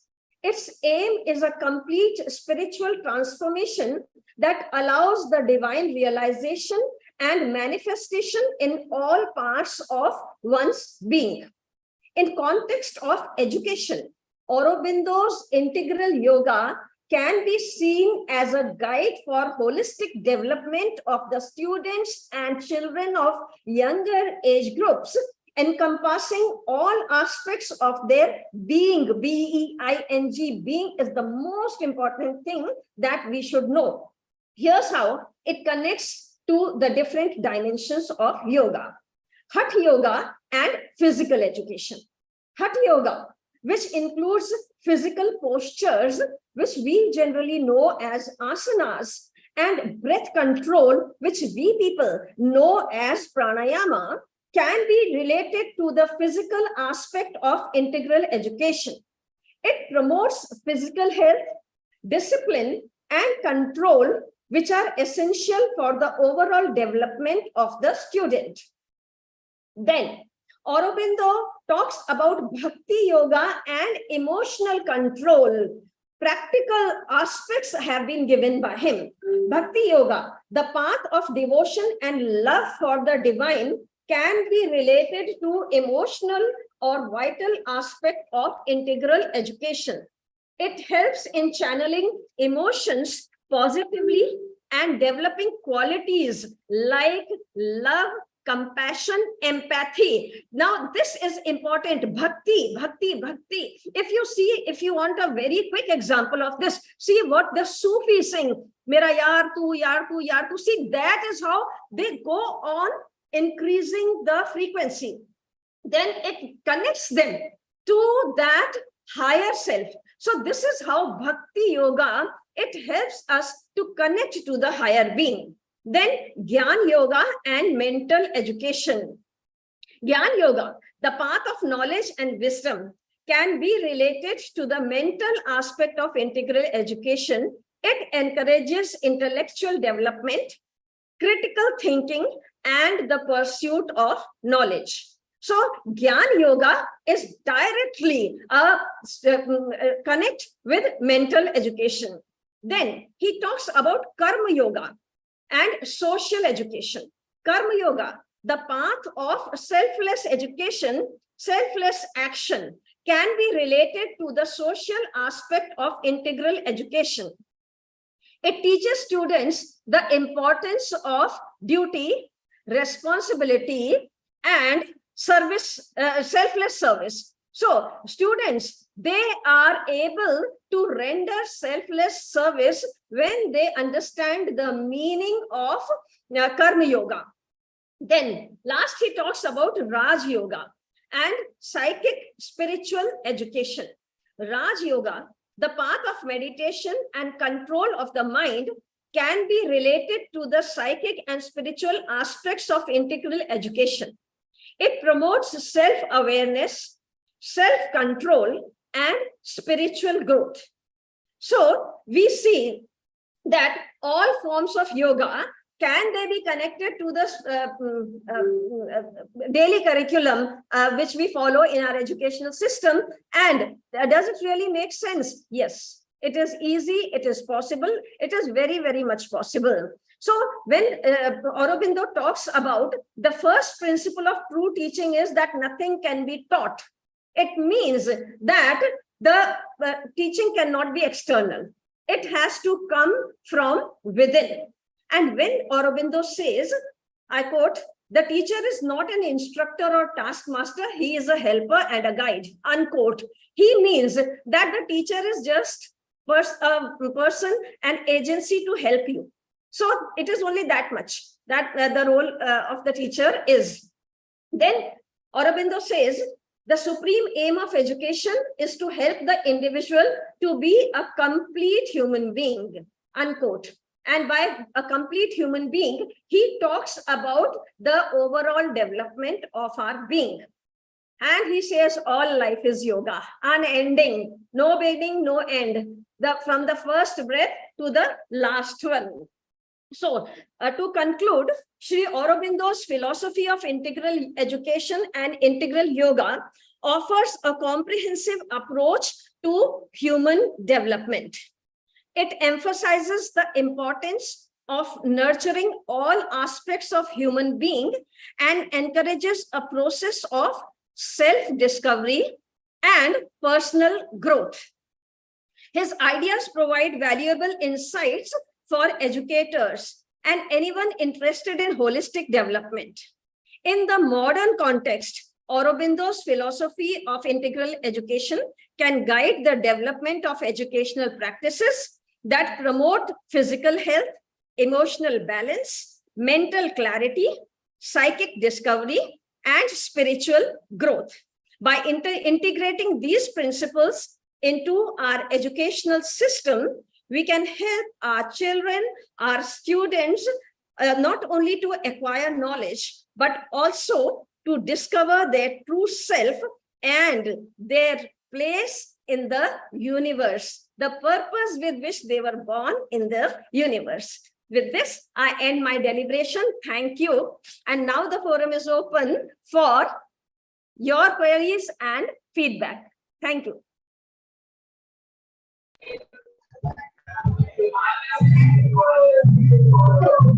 Madam, Malti Madam, thank you so much for your wide-ranging and the sum and substance of whole Indian culture, integral yoga, integral education, prenatal knowledge, postnatal, and everything so comprehensive. We are so overjoyed and we are so much indebted for your passionate involvement in this topic. It appears that you are not a mere armchair academician.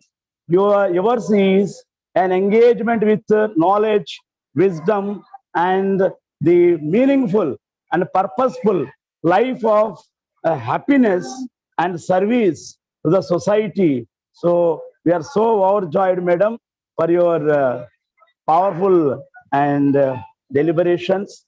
We are so much thankful.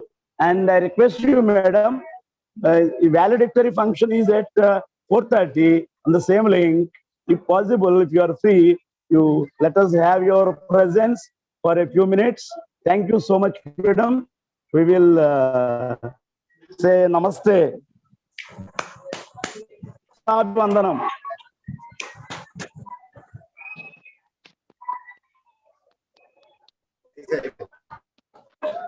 Good afternoon, madam. Thank you, madam.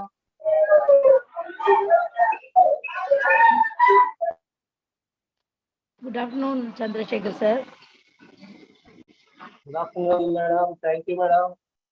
Yes, sir. How are you, sir? How Fine, are you, madam. sir?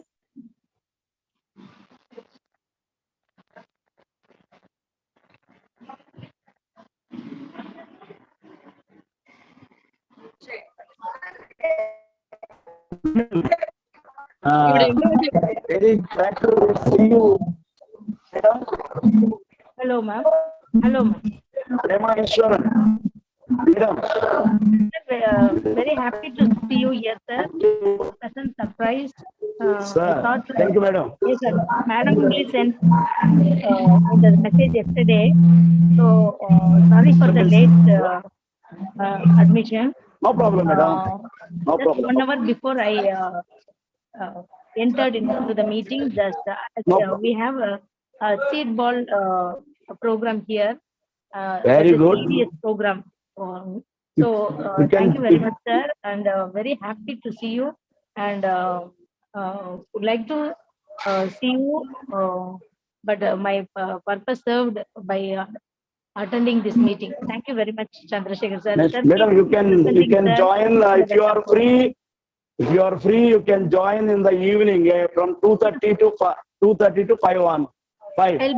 I'll be continuing here, Yeah. sir. Okay, no problem. I think you know from the program sheet. You know that the topics.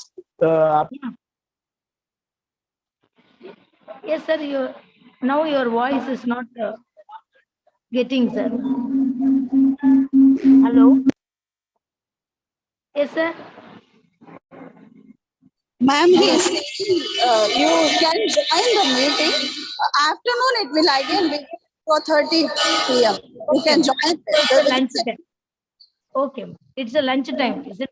Yes, it's a lunch time, and you can join at the 2:30. Okay, thank you so much. Thank you. Welcome. Thank you very much, ma'am.